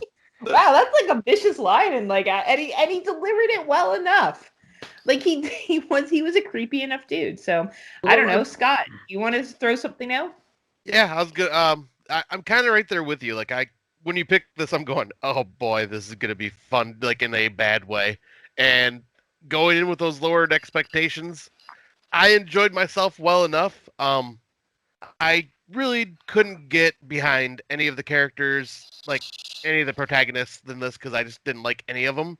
But I did love that this, like, straight up was a unabashed homage to Texas Chainsaw Massacre, even right down to the camera noises when, like, the camera being taking pictures. Yeah, like it just did. Even that end shot too. I mean, him like kind of with that was definitely a huge homage to that as well. I feel like. Yeah, and like I kind of just like ran with it. I was like, all right, this is what we're doing. I am cool with this. Like, the only downside for me was that there just wasn't a character that I really cared for to root for in this. So it's almost like the movie wanted you to kind of cheer for the Bunnyman. Right. It focused on him a lot more than anything else. Yeah, which may have some callbacks to like the first one that we're not picking up on because we didn't see it with the specific character of the Bunnyman in general. Yeah, because he takes his mask off a few times and he's like horribly disfigured. Well, yeah, like there's a lot of nods to slashers in this. Like obviously we've talked about the Friday the 13th kill, the Texas Chainsaw vibe, and also the Bunnyman has a burnt up face like Freddy Krueger. Like there's lots of, so whoever made this movie clearly is a lover of slasher films, and it comes through. I was, when you read the synopsis and you see kind of the images, I think this is going to be really silly, but man, that opening scene is fucking intense and dark. Like, I did not expect that. And it's in the middle of the fucking day. And it takes it takes balls to start a movie off like that. It does, because that automatically eliminates, like, big distributors will never touch it, so you're automatically just relegated to lower budget distributors, which is fine. But I would give kudos to that opening scene for sure. Yeah, did we have much? Sorry, Andrew. Go ahead. I was going to say, did we have another movie that was shot entirely during the day again? I can't remember. I was trying to remember that, but I don't remember if it was shot the whole day. Do you remember that, Heather? Scenes. I believe it was shot during the entire day. And another funny scene I liked is when the guys are buying the beef jerky at the gas station. And you get an idea of what the beef jerky is made of. And it flashes back to what's the gold star for, and then you see what the gold star's for. And I thought that was really fucking funny. Like, I'm being honest. Like, little shit like that. I'm like, oh, that's clever. Well, there you go. It's like another nod to slasher. They're selling they're selling human meat. I got a lot of really big and dare I say, because he nods to everything, Rob Zombie vibes. Yes. Definitely. I got huge House of a Thousand Corpses or not House of a Thousand Corpses, Devil's Reject, vibes. Just it was, just those wacky characters, and kind of what Heather said. I they did what they could with the budget. A lot of the kills are off screen or they're just forced perspective. You know what I mean? Made with sound effects and everything else. So they did what they could with the budget. The blood was, obviously theatrical type of blood. And it, for my money, it was good. Like I said, I watched this when I was going through the thick of the COVID shot. And so I was like, and I fell asleep 45 minutes into it. I wanted to hate it, but I didn't. I do feel one of the drawbacks is, and I think I was talking to Xander, it's about 25 minutes too long for me. Yeah, I agree. It should have been shorter. It's like an hour and 45, I think, is the runtime. Yeah. Like 80-minute mark would have been much better. Yeah, if they could have clocked it in with maybe some less dialogue. I felt a lot of it was just kind of unnecessary. I like the girls were all, they obviously used just a lot of pretty girls in this movie as well. Just and the thing I liked about it was they weren't overtly like, let's go hire some strippers type of girls. I mean, maybe the first girl was a stripper. Their big fake boobs running around out of the tent. The one who, but I thought she was a porn star. I don't. She may have been. I hadn't done no research on her yet, but the rest of the girls were really like just kind of your plain Janie type of girls. They were cute. They were like young women that were just, and their acting chops were like, there were some that were better than others. They were all fine, and I kind of respected the ending. I'll be honest. I was kind of like, respect for this, and Scott and I have watched a lot of indie films. I know Sander has always watched a lot of indie films. Android, I don't know if you have either, but I've learned now the difference between using your budget smartly and not. And I think you can make a really good low budget film, and people just have to, put aside that it's not the Hollywood razzle dazzle and understand that everyone has to start somewhere, and you can see some real talent with working with little. Yeah. And actually, this just kind of popped in my head. Like we were talking, like, was this all in the daytime? I think that scene you're talking about with the tent, I think that was supposed to be nighttime, but it was so poorly shot that it looked way too bright outside because it was all like kind of a blue hinge to it. So I don't know if it's supposed to be like early morning or nighttime on that one. Well, Xander and I on a previous show had reviewed what was that movie, Xander? That I don't know what you're about to say. We haven't released the show yet, but we reviewed that 80s film that was really fucking funny. God damn it. That 80s, that 80s film. That one was really funny. You know what I'm talking about? You know the one on every episode that we watch? I just love to hear you flail. I know. God damn it. Motherfucker. Anyways, it was a comedy slasher film. I'm gonna have to pull up my old art. But anyways, that film was filmed. I know. I'm just blah blah blah blah blah. So that film was reviewed all day, and that film was filmed in all day due to budgetary cuts. So that's kind of what I felt was going on in this one as well. So they didn't have to pay a lighting guy. Yes. Yeah, exactly. And honestly, I like a lot of horror films that are filmed during the day because it's just like, oh, you're not safe during the night or day at this point. Doom Asylum. Boom. Damn it. Doom Asylum. Which is funny because the cover is at night with the guy in the clouds at night. Right. But the whole fucking thing is filmed during the day. So anyways, yeah, Doom Asylum, which is a funny one too. So yeah, great pick, Heather. I as I go through the movie again, I fell asleep 45 minutes into it, went back and rewatched it. There's just a lot of it's just a lot of torture and cutting of girls, a lot of, killing in every which way you can think, chainsaws, just all kinds of shit. The guys who made this were really huge slasher fans. You could tell the beginning, they just shot their wad with that opening scene. Like, this is what we're getting into. I mean, it is ballsy to fucking open up a movie just slaughtering children on a school bus. Yeah. Super ballsy. And these guys knew. Look, these guys knew what they were making. They knew what they were trying to make. They knew what they were doing. They didn't pretend to fucking not be making something. Like we're making something poignant and awesome, and we're trying to break ground in the horror genre. Like, no, we want to make a fucking horror movie for as cheap as we can, but not super cheap, and be a little bit creative with it. So, with that being said, the ending was pretty good. Again, it's about 25 to 30 minutes, a little bit too long for my taste. But, other than that, did not mind it. It makes me intrigued about the other ones. Right. So I'll probably be checking those out. So for me, I gave this one a 3 out of 5. Just for that reason, it being a little bit too long, and it was fun enough though. So 3 out of 5. Nice. That's a fair rating. What about you, Scotty? I would probably be right there with Android on giving it a 3 out of 5. That's what I have on my letterbox, and I'll say because it's better than I had expected going into it, and I got to give it credit. Like it was easy to watch.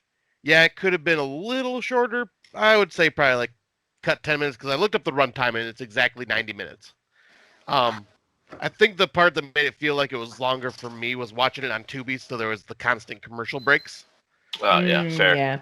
But yeah, I still had I was still entertained from beginning to end with this, and like the only reason it's not getting like higher than a 3 out of 5 is just because I didn't care for any of the characters besides like the Bunnyman. Fair enough. What about you, Sander? I will be in agreement to 3 out of 5.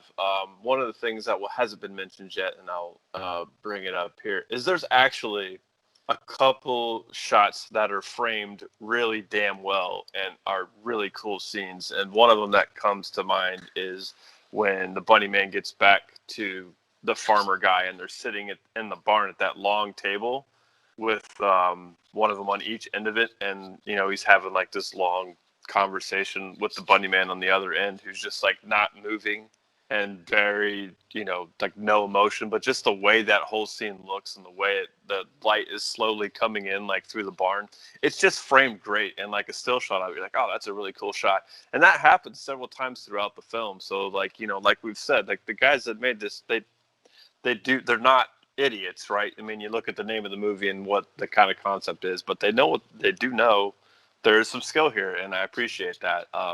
Was it perfect? No, but definitely 3 out of 5 and a good low budget watch, I think. So. Okay, awesome. Oh, for me, I'm 3 out of 5, and probably for all the same reasons you guys said. So I won't recite it too much. I think I really respect this film for coming out, using their budget well. Acting was good enough. And I think out of other shit I've watched, everybody, if you want to watch a slasher and you're thinking of being a filmmaker yourself, I think this is a good movie to look at and get a realistic idea of what you'll be working with. Yeah, absolutely. And I think that's one of the great things about watching these low budget films that have been made recently, is that I think everyone thinks they can be a filmmaker nowadays, and it's difficult to do. I know I couldn't do it. So check this stuff out. It's on Tubi. It's a free watch. You got to sit through commercials, but if you watch TV anyway, you got commercials no matter what. So, but I think we have a pretty special movie to end this off with. Oh boy, do we! All right. Well, I wanted to save the best for last. What? Or maybe I wanted to bookend. What I wanted to really do was I wanted the Heather and Scott to be the meat in me and Xander sandwich. So that's why I put you guys. That's why I put you two in the middle. So. You calling me the heel? Hey, you're the heel, I'm the face. Who knows? Who knows how it works? Which reminds me, Sean, I gotta have to dig it up. A long time ago. Do you guys know who Sean is? They don't know who Sean is, do they, Xander? I don't think so. Wow. There's like another Sean is like he's the Wizard to my Oz. Or used to be, kinda. You know what I mean? Like he Me and him had a show called Android Virus and Sean Show a long time ago. We ran a website, but anyways, Sean and I used to make fake trailers for movies, just audio. We just fucking around. And he made one called a Bread Heel Awareness Month. So too often bread heels are often discarded, basically, and never looked after, and people just throw them away, and they're just, people just really need to pay attention to Bread Heel Awareness Month. So it just reminded me of what Xander said. So Heather, next time you have a bread heel, don't throw it away. Got it? Where did she go? Is she muted? No, yeah, I was muted. Sorry. That's okay. I'll never throw away bread heels again now. Okay. I didn't realize the pain I was causing. Yes, Bread Heel Awareness Month. Always remember that. So I will. Okay, so we're gonna go ahead and listen to Xander's trailer for is it 1972? Yeah. That's right. Night of the Cobra Women. And we'll be right back. There was a Garden of Eden where the serpent tempted Eve. But suppose the serpent had tempted Adam instead. It happens in Night of the Cobra Woman.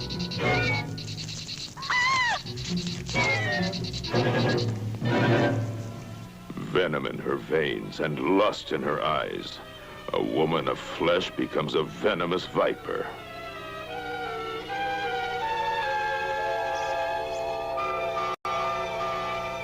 Don't you understand?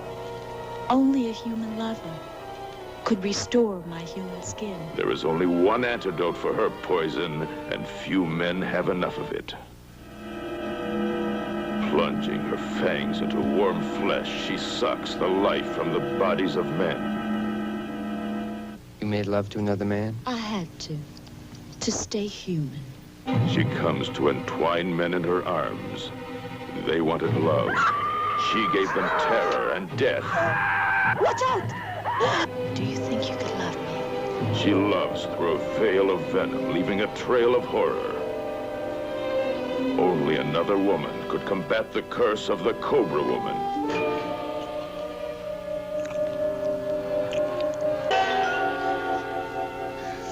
I've sucked the years out of your body. It was the only way I could be a human and a woman again. To love her is to be cursed, twisting and turning her way into men's souls.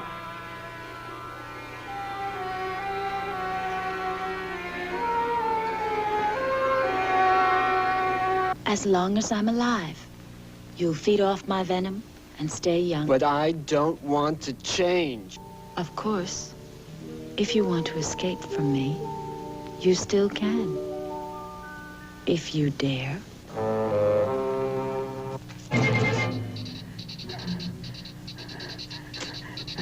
A slithering, writhing pit of terror in Night of the Cobra Woman. Don't you want to make love? She'll bring pleasure or pain with a flick of her tongue. Only the Cobra could satisfy her unearthly desires. Defanging a snake is like castrating a man. The most terrifying picture you will ever see. Night of the Cobra Woman. All right, guys, that was the trailer for 1972's Night of the Cobra Woman. Xander's pick. Take it away, sir. Yeah, so Night of the Cobra Woman is one of those films that was lumped, so in the 70s there was a ton of Filipino exploitation films. Mm-hmm. This is one that was, and they would go over there, they would film a bunch of movies kind of like back to back or, a few months apart. They would share a lot of the same crew, some of the same actors and actresses, just because it was cheaper to fly them over, keep them there for a little while, make a couple movies. And the Filipino military that inherited all the United States goods from World War II and the Korean War, and they worked for cheap. Yeah, and they would get drunk and fire military weapons on set and hope they didn't kill anybody. Right. But this particular True movie story. was filmed. Yeah, this particular movie was filmed with Savage Sisters, which is a film that has Sid Haig in it. So this was filmed back to back right after, or they filmed this and then Savage Sisters, I believe.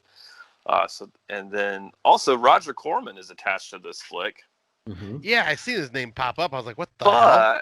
he's uncredited, and he's uncredited because I guess he was, because he made a lot of those films out there in the Philippines too, obviously. But so he got everybody to do the movie, he wrote the movie, directed the movie, and when he saw the final cut, he was like, yeah, I don't really like this. And so his name was removed from credits. So technically he's a producer, but he didn't like what he saw. So that was the end of that. So what do you mean he didn't like what he saw? Come on. I know, right? That jerk. So the story here is they're in the Philippines, and there is a kind of a research group out at I guess a university hospital, and they're like, one of the girls there is investigating, or there's a main doctor that's investigating like snake venom stuff, and there's a young girl that becomes like one of the lead characters who is trying to find venom from a specific cobra that's like only out there, and the guy has the lead on it, and he sends her off to go talk to this lady that has this Freyer cobra, or whatever they called it, which is just a normal cobra, but they took like some red paint and put like a red diamond on its back, so when it like swallowed its head up, you could see it. Oh yeah, let's just put a little nail polish on the cobra's chest. Yeah, so she goes out there to try to see this lady, and some mongoloid kid tries to attack her, and she manages to get away, and then this lady Lena comes down, which is ultimately the Cobra Woman, but we find out later. But oddly, the girl goes back, and then her boyfriend shows up, and he rescues a fucking bald eagle or something. Yes. And you're like, what the fuck is going on in this movie? So he comes back, and they're still trying to figure out the snake, or find that snake, and then it'll flash back to the Cobra Woman, and now her thing is she's like cursed by this. She can turn into a snake, but she feeds off snake venom and the lust and love of young boys. And once you make love to her, you start to get old unless she bites you. And if she bites you, then you too suffer the same fate as her. So you require the venom and the, love making, I guess, to the queen. I don't know. That was really all figured out. But ultimately, it's this. So the girl from the hospital and her boyfriend come back out, and his eagle fucking winds up killing the snake, which is like, so there's like a vampire vibe type thing where like the leader and the snake are the same, like on the wavelength. So if one dies, the other has some effects to it.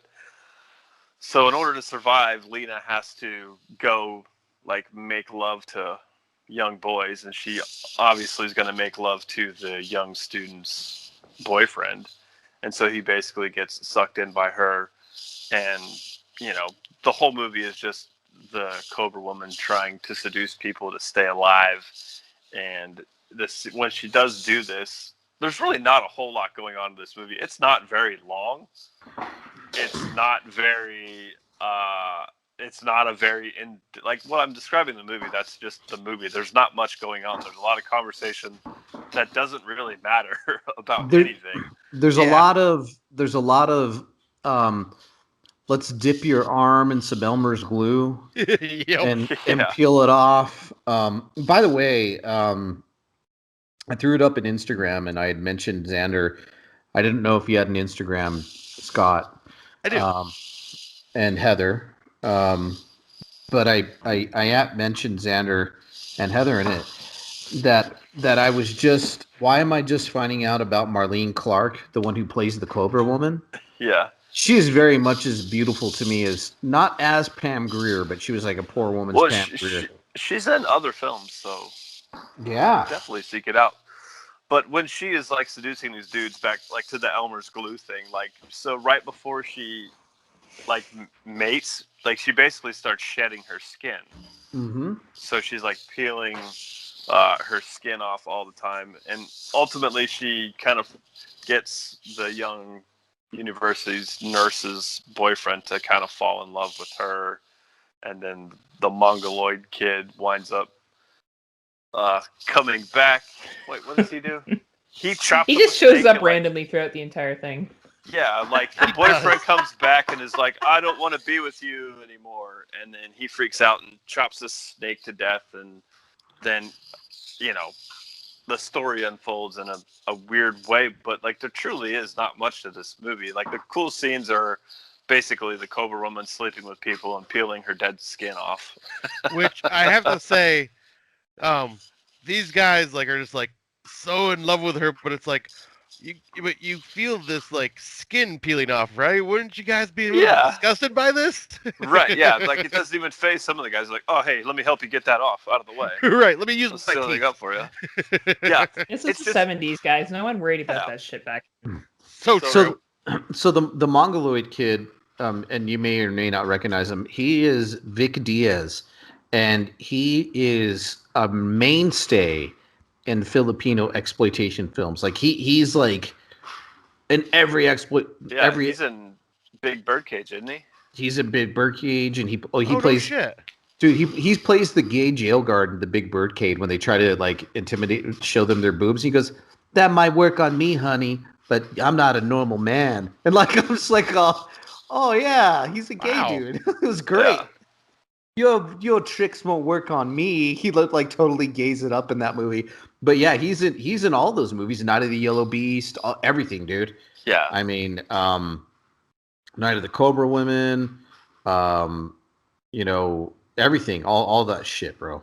All those fucking movies. Yeah, and Corman's knock on the movie was that it didn't make any sense, and it wasn't. It was just kind of he really disliked the writing of the movie more than anything, and I totally get that, because to me this movie could have been so much better than it was. Yes, it has some cool parts to it, but ultimately, like, for me, it never pushed me over the edge to like, this was fucking great. It was like, so close, because I'm fascinated by that era of filmmaking. Mm-hmm. Any movie that I'm just fascinated by all that. I think it's a really fucking cool time in the history of film in general.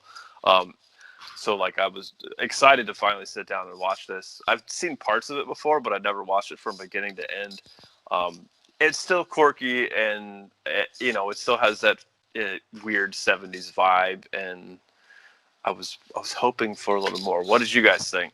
As far as like, we're just gonna kind of call them what they are, but Filipino exploitation films, this is a genre that I've always been aware of, but never really tackled until I think our last again, got to go back to, because I did a 70s 70s horror movies that I'd never seen before. So naturally, all these movies kind of fell into, a lot of these movies fell into my wheelhouse.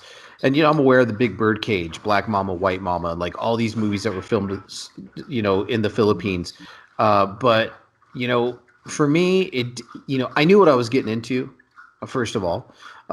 It didn't make a whole lot of sense, but I was like, oh, she's pretty much like a vampire, but not. It's like a weird take on a vampire, but she's a cobra, and then you got this weird curse that they try to, I don't know, I feel they try to convey the message of how the curse works, but it doesn't. It doesn't really come out clear. You're like, okay. Yeah, okay, I got to figure this out myself, how this curse works, and they're just Cobra people, and they want to go be the Cobra people with the Cobra people.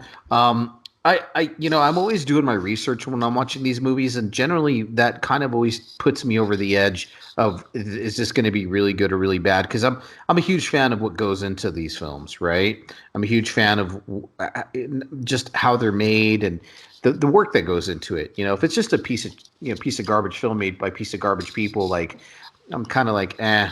But for the most part, man, I enjoyed it. And I took it for what it was, and a lot of beautiful women in this movie.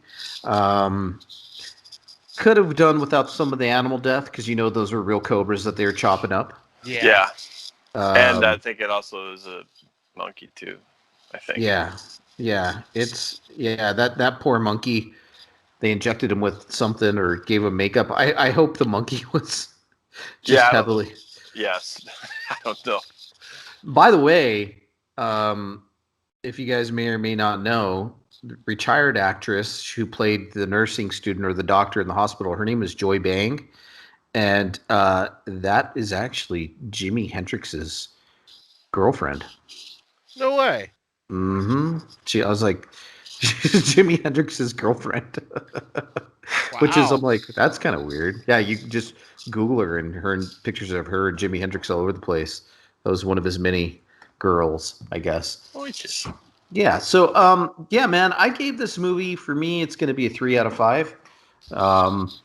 It is what it is. You know, it's not the best. It's not the worst. I've seen worse. Night of the Yellow Beast wasn't. I mean, this is better than Night of the Yellow Beast, but it's not too bad. But I'm going to give it a 3 out of 5. Word. What about you, Heather? I think for a classic film from the 70s, very, well, everything you guys talked about, very exploitative and stuff. It wasn't bad. I really enjoyed the main woman in it. I like the whole concept of the snakes and the sexualization with them. It reminds me of one of my favorite movies with Snakey Bender, Fangs, which I really want to find a copy of, so one day I can review it on this show, because I think that movie is beyond hilarious. But yeah, it just dragged for me, I'll be honest. There were some funny lines. The eagle line made me laugh when the guy's talking about how the eagle always has his back, and Yeah. like, What the fuck? really unhealthy relationship that he has with a bird, and it's like post-sex cuddle talk that he's I having know, with right? his friend. But yeah, I would say a 3 out of 5 is fair. It wasn't horrible. It wasn't horrible at all. It No. just, I probably wouldn't watch it again. Yeah. I will say I wanted more of the eagle. Yeah, I could see that. I kind of wanted somebody to turn into a giant eagle and fight a giant cobra. That would have been cool. It sounds like the Family Guy episode. Yeah. Sounds like something Asylum would make. What about you, Scott? Yeah, this one I thought this was kind of a chore to get through. I've seen like some other Filipino horror films, or just Filipino films in general, like the Birdcage one. I've seen that before a long time ago. But yeah, I had no idea that was going to be this type of film until I threw it on, because I didn't bother with watching a trailer or anything like that. But it was like, what, 77 minutes long? Yeah, if that. Oh, it felt like almost 2 hours for me. Like it just felt like it just drug out for way too long. But at the same time, there were some enjoyable moments to it. Like, this is going to be pretty much middle of the road for me. But like, yeah, I enjoyed the Cobra Woman herself, though I'm still just kind of confused about the whole guys Right. having sex with her and like just not caring about the peeling skin, and her turning partly into a snake while having sex. And but once again, it's another film that just had a villain that I cared for and no protagonist that I cared for, because I just did not like the guy. He comes to visit like his girlfriend all the way over to the Philippines, and he's like stays there one night. He's like, all right, I'm gonna go visit that snake woman, and then that's like the last time they're together till like towards the end. Like, what Yeah. the fuck? Yeah, And- it's wild. And I was kind of hoping that the main girl was going to be in it more, because I actually liked her and I wanted her to be kind of like the protagonist, but they really didn't utilize her much. Nah, not at all. But yeah, I would say like all in all, this is a 5, or a 2.5 out of 5 for me. It's like just right in the middle of the road. Not Yeah. bad, not good, just kind of right there. Yeah, I agree with your rating. It's a 2.5 out of 5 for me too. It's just, I love I think the poster's cool. The concept is cool. It just falls short in far too many different ways. And a lot of it comes from the confusion of like the curse and I felt like you don't ever really know what's going on. Yeah. So it's like a little aloof, and I was hoping for a little more intensity in it too. It lacks a little bit of intensity when it comes to like climactic scenes. Like it doesn't really push you off. But I think it's an interesting watch. It's the middle of the road for sure, just like Scott said. So I'm glad we watched it. But I was interested in Marlene Clark, and the main actor reminded me of a real life anime character.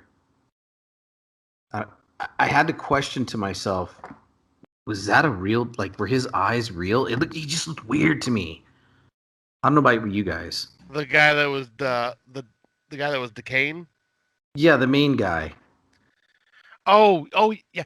He kind of reminded me of the guy that was the catalyst for the movie Shivers from David Cronenberg. He reminded me of that guy, the one that caused the virus, like the slugs to come out. Yeah, he kind of reminded me of a retarded-looking Sam Elliott. Yeah, that You too. know, if Sam Elliott was born with some type of, deformity, I don't know. Am I taking it too far, Heather, on this show? No, not at all. Oh, okay. Just making sure. No. Just making sure. Don't worry, I would step in. I'd be like, it's not horror. Stop. Cemetery gates. Xander's here. You gotta behave. Don't take it too far on this one. Don't. So there's a vibe that I got from this, but it kind of gave me Lair of the White Worm vibes just a little bit. It does. Yeah. I totally get that, and I fucking adore that movie. So Yeah, same. But yeah, like I For kept having like just a feeling of that film when I was watching it. yeah, I think a part of me actually wanted some of that more weirdness that you get in Lair of the White Worm because it does share some vibes with it.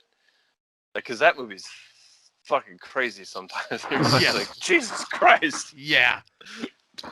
But that's So- all Ken Russell, so that doesn't surprise me. Right.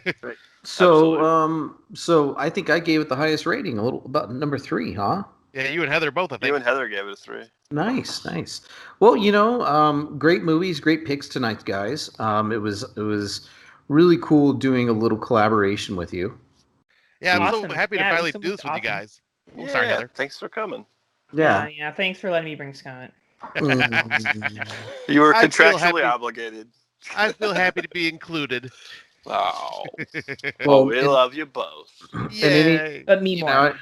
I know you guys have had Xander on your show, and I'm just gonna put this out there. I'm gonna invite myself. Oh, Android, we're coming for you. Oh, you're definitely. Oh, we have something very special planned for you. Oh, wow! Yeah. Thank you. Yeah. Oh, You women don't in have prison Android films. on any show. Let's make that clear. All right? You have So to make true. sure it's an Android perfect fit. Oh, well, thank you. I Just don't appreciate tell Nudie. He's going to get real mad. you can fucking record fucking 5 nights a week. Fucking can't make it to this fucking show, man. It's like, sorry, Nudie. We don't all get to work at Disneyland and live with our mom and dad, and Oh my God. Wow. Yes. well, I'm sorry. We all got real jobs, and That was the best comment I've ever heard. sorry. Oh my goodness. Well, I love coming on your show on a side note from all that, but because I watch movies that I honestly never would have watched, thought of, and I really appreciate both you and Sanders' choice in film. And it's really opened up my eyes to more stuff, and that's actually made me a lot more open-minded, and I think a better film critic as well. Yay! Thank you. That's Same. flattering Like- words. Thank you. Like, I just love listening to you guys' show just because of like the movie choices you pick. Though I do apologize for munchies. That's Well, okay. first of all, I'm thankful that 2 people listen to our show other than me when I'm editing it. But I'm Scott. I'm going to tell you, and Heather, you can blame this all on him.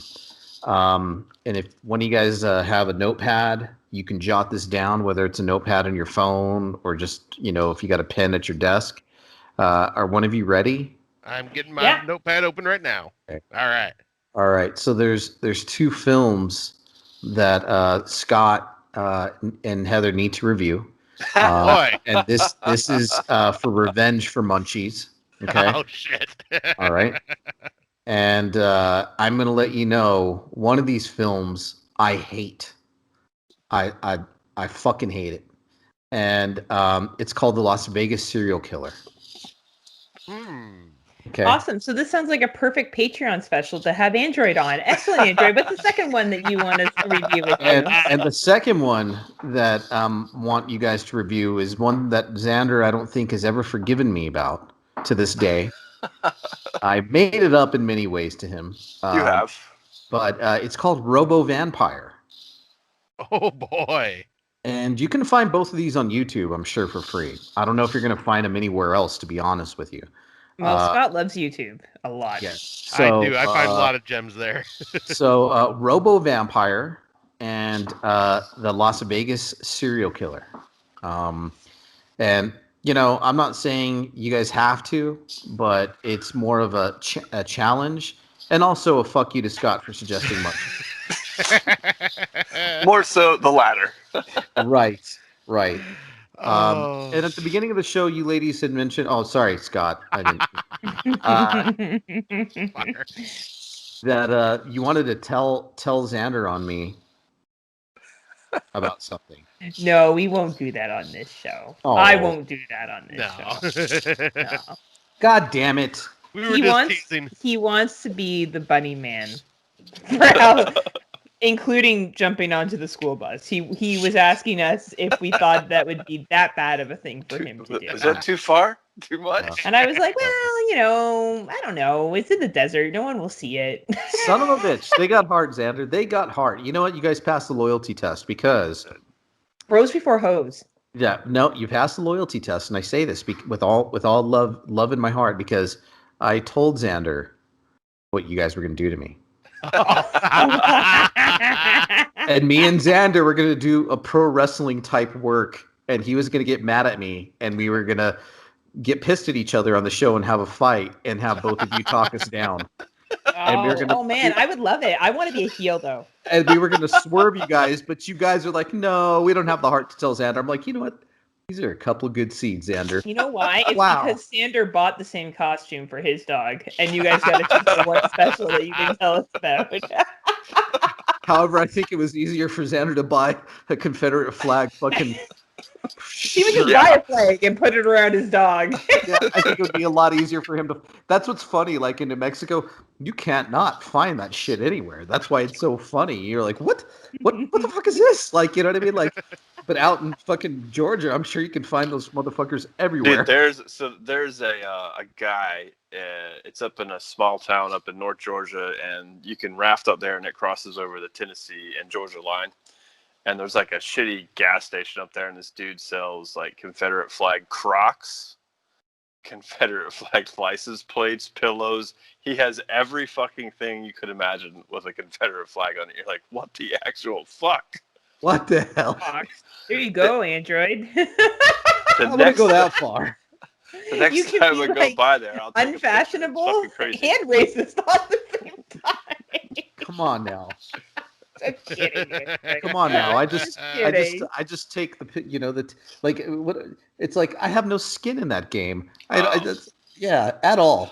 Oh, we could cut this what I'm about to ask out if you want. But I saw Scott saw Spiral. Oh yes, I did. That was my first trip back to the movie theater yesterday to see that. No, I seen your post about that. That's awesome. Yeah, this was like my fourth or fifth trip back to the theater. Yeah. But yeah, I was telling Heather, and I was really disappointed. I went to a 9:50 showing of it on Friday night. I was literally the only one in the theater. It made almost $9 million though on the weekend, so it didn't do awful. I thought you were going to say, Scott, it took her a half hour to start sucking your dick in the theater. You're hoping to get it done in 10 minutes. No, I went by myself. So it only. So I know myself really well. So it only took 5. Oh, it took 5 minutes. He bought his own popcorn bucket with butter and just put his hand in the side of the popcorn bucket. Yeah, that's an ongoing joke we have. Yes, actually. Oh wow, that's great. It's an ongoing joke that I put I surprised myself with the popcorn bucket. By the way, they just last weekend opened theaters up here, and nice. Well, I can walk to the one now. So the one by my house opened up 4 days before we went on lockdown. Crazy. And now it's open up, and now I can walk to it in 6 minutes, and it has a full bar. Man. I'm thinking my first foray is going to be, and we'll leave this all on the podcast, but I think my first foray back into the theaters is going to be that new zombie film. Army of the Dead? Army of the Dead. I think I'm getting going to do a it. limited release, so... I better go fucking see it this coming up weekend. I think tomorrow I'm going to go see Demon Slayer. There you go. There you go. Anime. Yeah. I think the kids went and saw that last week. Yeah, it's been playing for a couple of weeks. They do like one show a day of it, basically. Yeah, I think my kids went and saw that. So, But I did like Spiral. Yeah, so did I. I'm not a big fan of Saw. Like, I think it's okay, Yeah. but I honestly liked this better than most of the sequels in the franchise. Like, just because it was a simple plot that felt believable to me. Yeah. And Chris Rock grew on me as it went on. At first, I was Yes. unsure, but totally, I was like, all right, he did good. So. Yep, I enjoyed completely it. agree. I really did dig this movie a lot. Yeah. all right, guys. Well, I appreciate you guys coming on. It's been an adventure. It's been fun. Go check out our 4 films if you guys can out there. You got Eatin Alive. We got Scott's pick, which was called Blood Massacre. The Blood Massacre. And then we got Heather's pick. What is it, Heather, again? I totally forgot. Oh, the Bunnyman Massacre. The Bunnyman Massacre. And then we got Night of the Cobra Women. So a very diverse group of films. That all shared similarities, actually. They did. What are they, Xander? Well, we have animals. Mm-hmm. We have snakes. We have bunnies. We have crocodiles. We have monkeys. We have not a true fucking petting zoo. and every single one of these films really didn't have a true protagonist. Yes, that is true. Very and they're true. all on Tubi in Canada. Yes. Yes, that too. Oh, and if for anybody interested, the bookends to the Bunnyman Massacre are both on Amazon Prime streaming for free. Nice. So There you guess have what I'm doing in 10, 15 minutes? Oh, wow. Oh yeah. Yeah. Going down the Bunnyman train. Yeah. Going down the Bunnyman hole. Take that out of context. That's very different conversation. All right, guys. Well, I look forward to actually seeing you two in a few days, or not. I don't remember. Oh, I won't be on in a few days. Mm. I'm off this week. Lucky you. What do we get? Yeah. It's my pick, which is basketball, so I'm definitely going to be there. Well, I've never seen it, but I want to let you guys know something. I feel like on our show, the It's Not Horror Okay, I get that I picked a very depressive movie, my last pick, and you guys have been making it up with comedies ever since. So do me a favor on whoever's pick it is next after this. Let's sleaze it up a little bit with some nice sleazy action. Yeah, I think it's Venom that's next. So Unless Maybe Venom, we'll watch Fangs on that show. unless watch a Venom pick fucking Airplane 2. Like, God damn it, guys, we've been watching comedies for the last fucking, and I'm gonna have to bring it back into some fucking depressing fucking movie. So don't worry, I'll see You're if I gonna can be like, find all right, guys, Shawshank Redemption. Oh, The Green Mile. I'm gonna give you guys a sneak peek on this show of what my next pick will be on the other podcast, if you guys want to know. I want to know. Sanders gonna take over for me this week. Nah. Alien Nation. Oh, no shit. I don't know if any of you guys have seen that, but it's fucking awesome. It's been a very long time. Yeah, so that'll be a good pick. So, all right, guys, enough talking about the other podcast. And where can we find you two? Do you want me to do the plugs, Heather? Yeah, you go ahead. Plug it away. All right. So we are the Friday Nightmares podcast, and we can be found on the Legion Podcast Network under the Kill the Cast name. So subscribe to Kill the Cast, and our show will pop up in their feed. And we also do Controllers Up, Cards Down, the All-Star Gaming Podcast, which we had Xander Kane on, where we talk all things board games, card games, video games, you name it. It's a once-a-month show. That is also can be found on the Legion Podcast Network. And, of course, we are on the It's Not Horror Okay with Mr. Android Virus as well, and that is on the Dark Discussions Network. And we also do once a month little special Patreon episode for the Legion Podcast Network. And yeah, this last one we did was our top 5 films that make us uncomfortable. And so it's just something we do that's not like our typical main show, just kind of want to do something different. There you go. Well, as long as the games that are played on the other podcast have nothing to do with head games or games of the heart like Heather plays with me, we're good to go. I actually have a game day planned Saturday. People are coming to my house to play games since we're all vaccinated. So are you playing Would You Rather? Yes, of course. Nice. That and 7 Minutes in Heaven. And... Yeah. I gotta tell you, after we're done recording, I gotta tell you guys a funny story. It's more of a rant. But anyways, we'll see you guys on the flip. Thanks for tuning in, and go listen to these two because they're two amazing, awesome podcasters. Fun, good-hearted people. I love them. I love them. Yeah. I love them. I love them both, and they're just really good fucking people. And they put up with my crazy ass on the other show. So You're the best ass. oh, We love you, buddy. thanks. All right, guys. We'll talk to you soon. Good night. Bye. Hey, thank you for coming to the show. Thanks for having us. You've been listening to the Cemetery Gates podcast, featuring Android Virus and Xander Kane. Follow us on Twitter at Android Virus, at Xander_Kane, and at Cemetery Gates 66.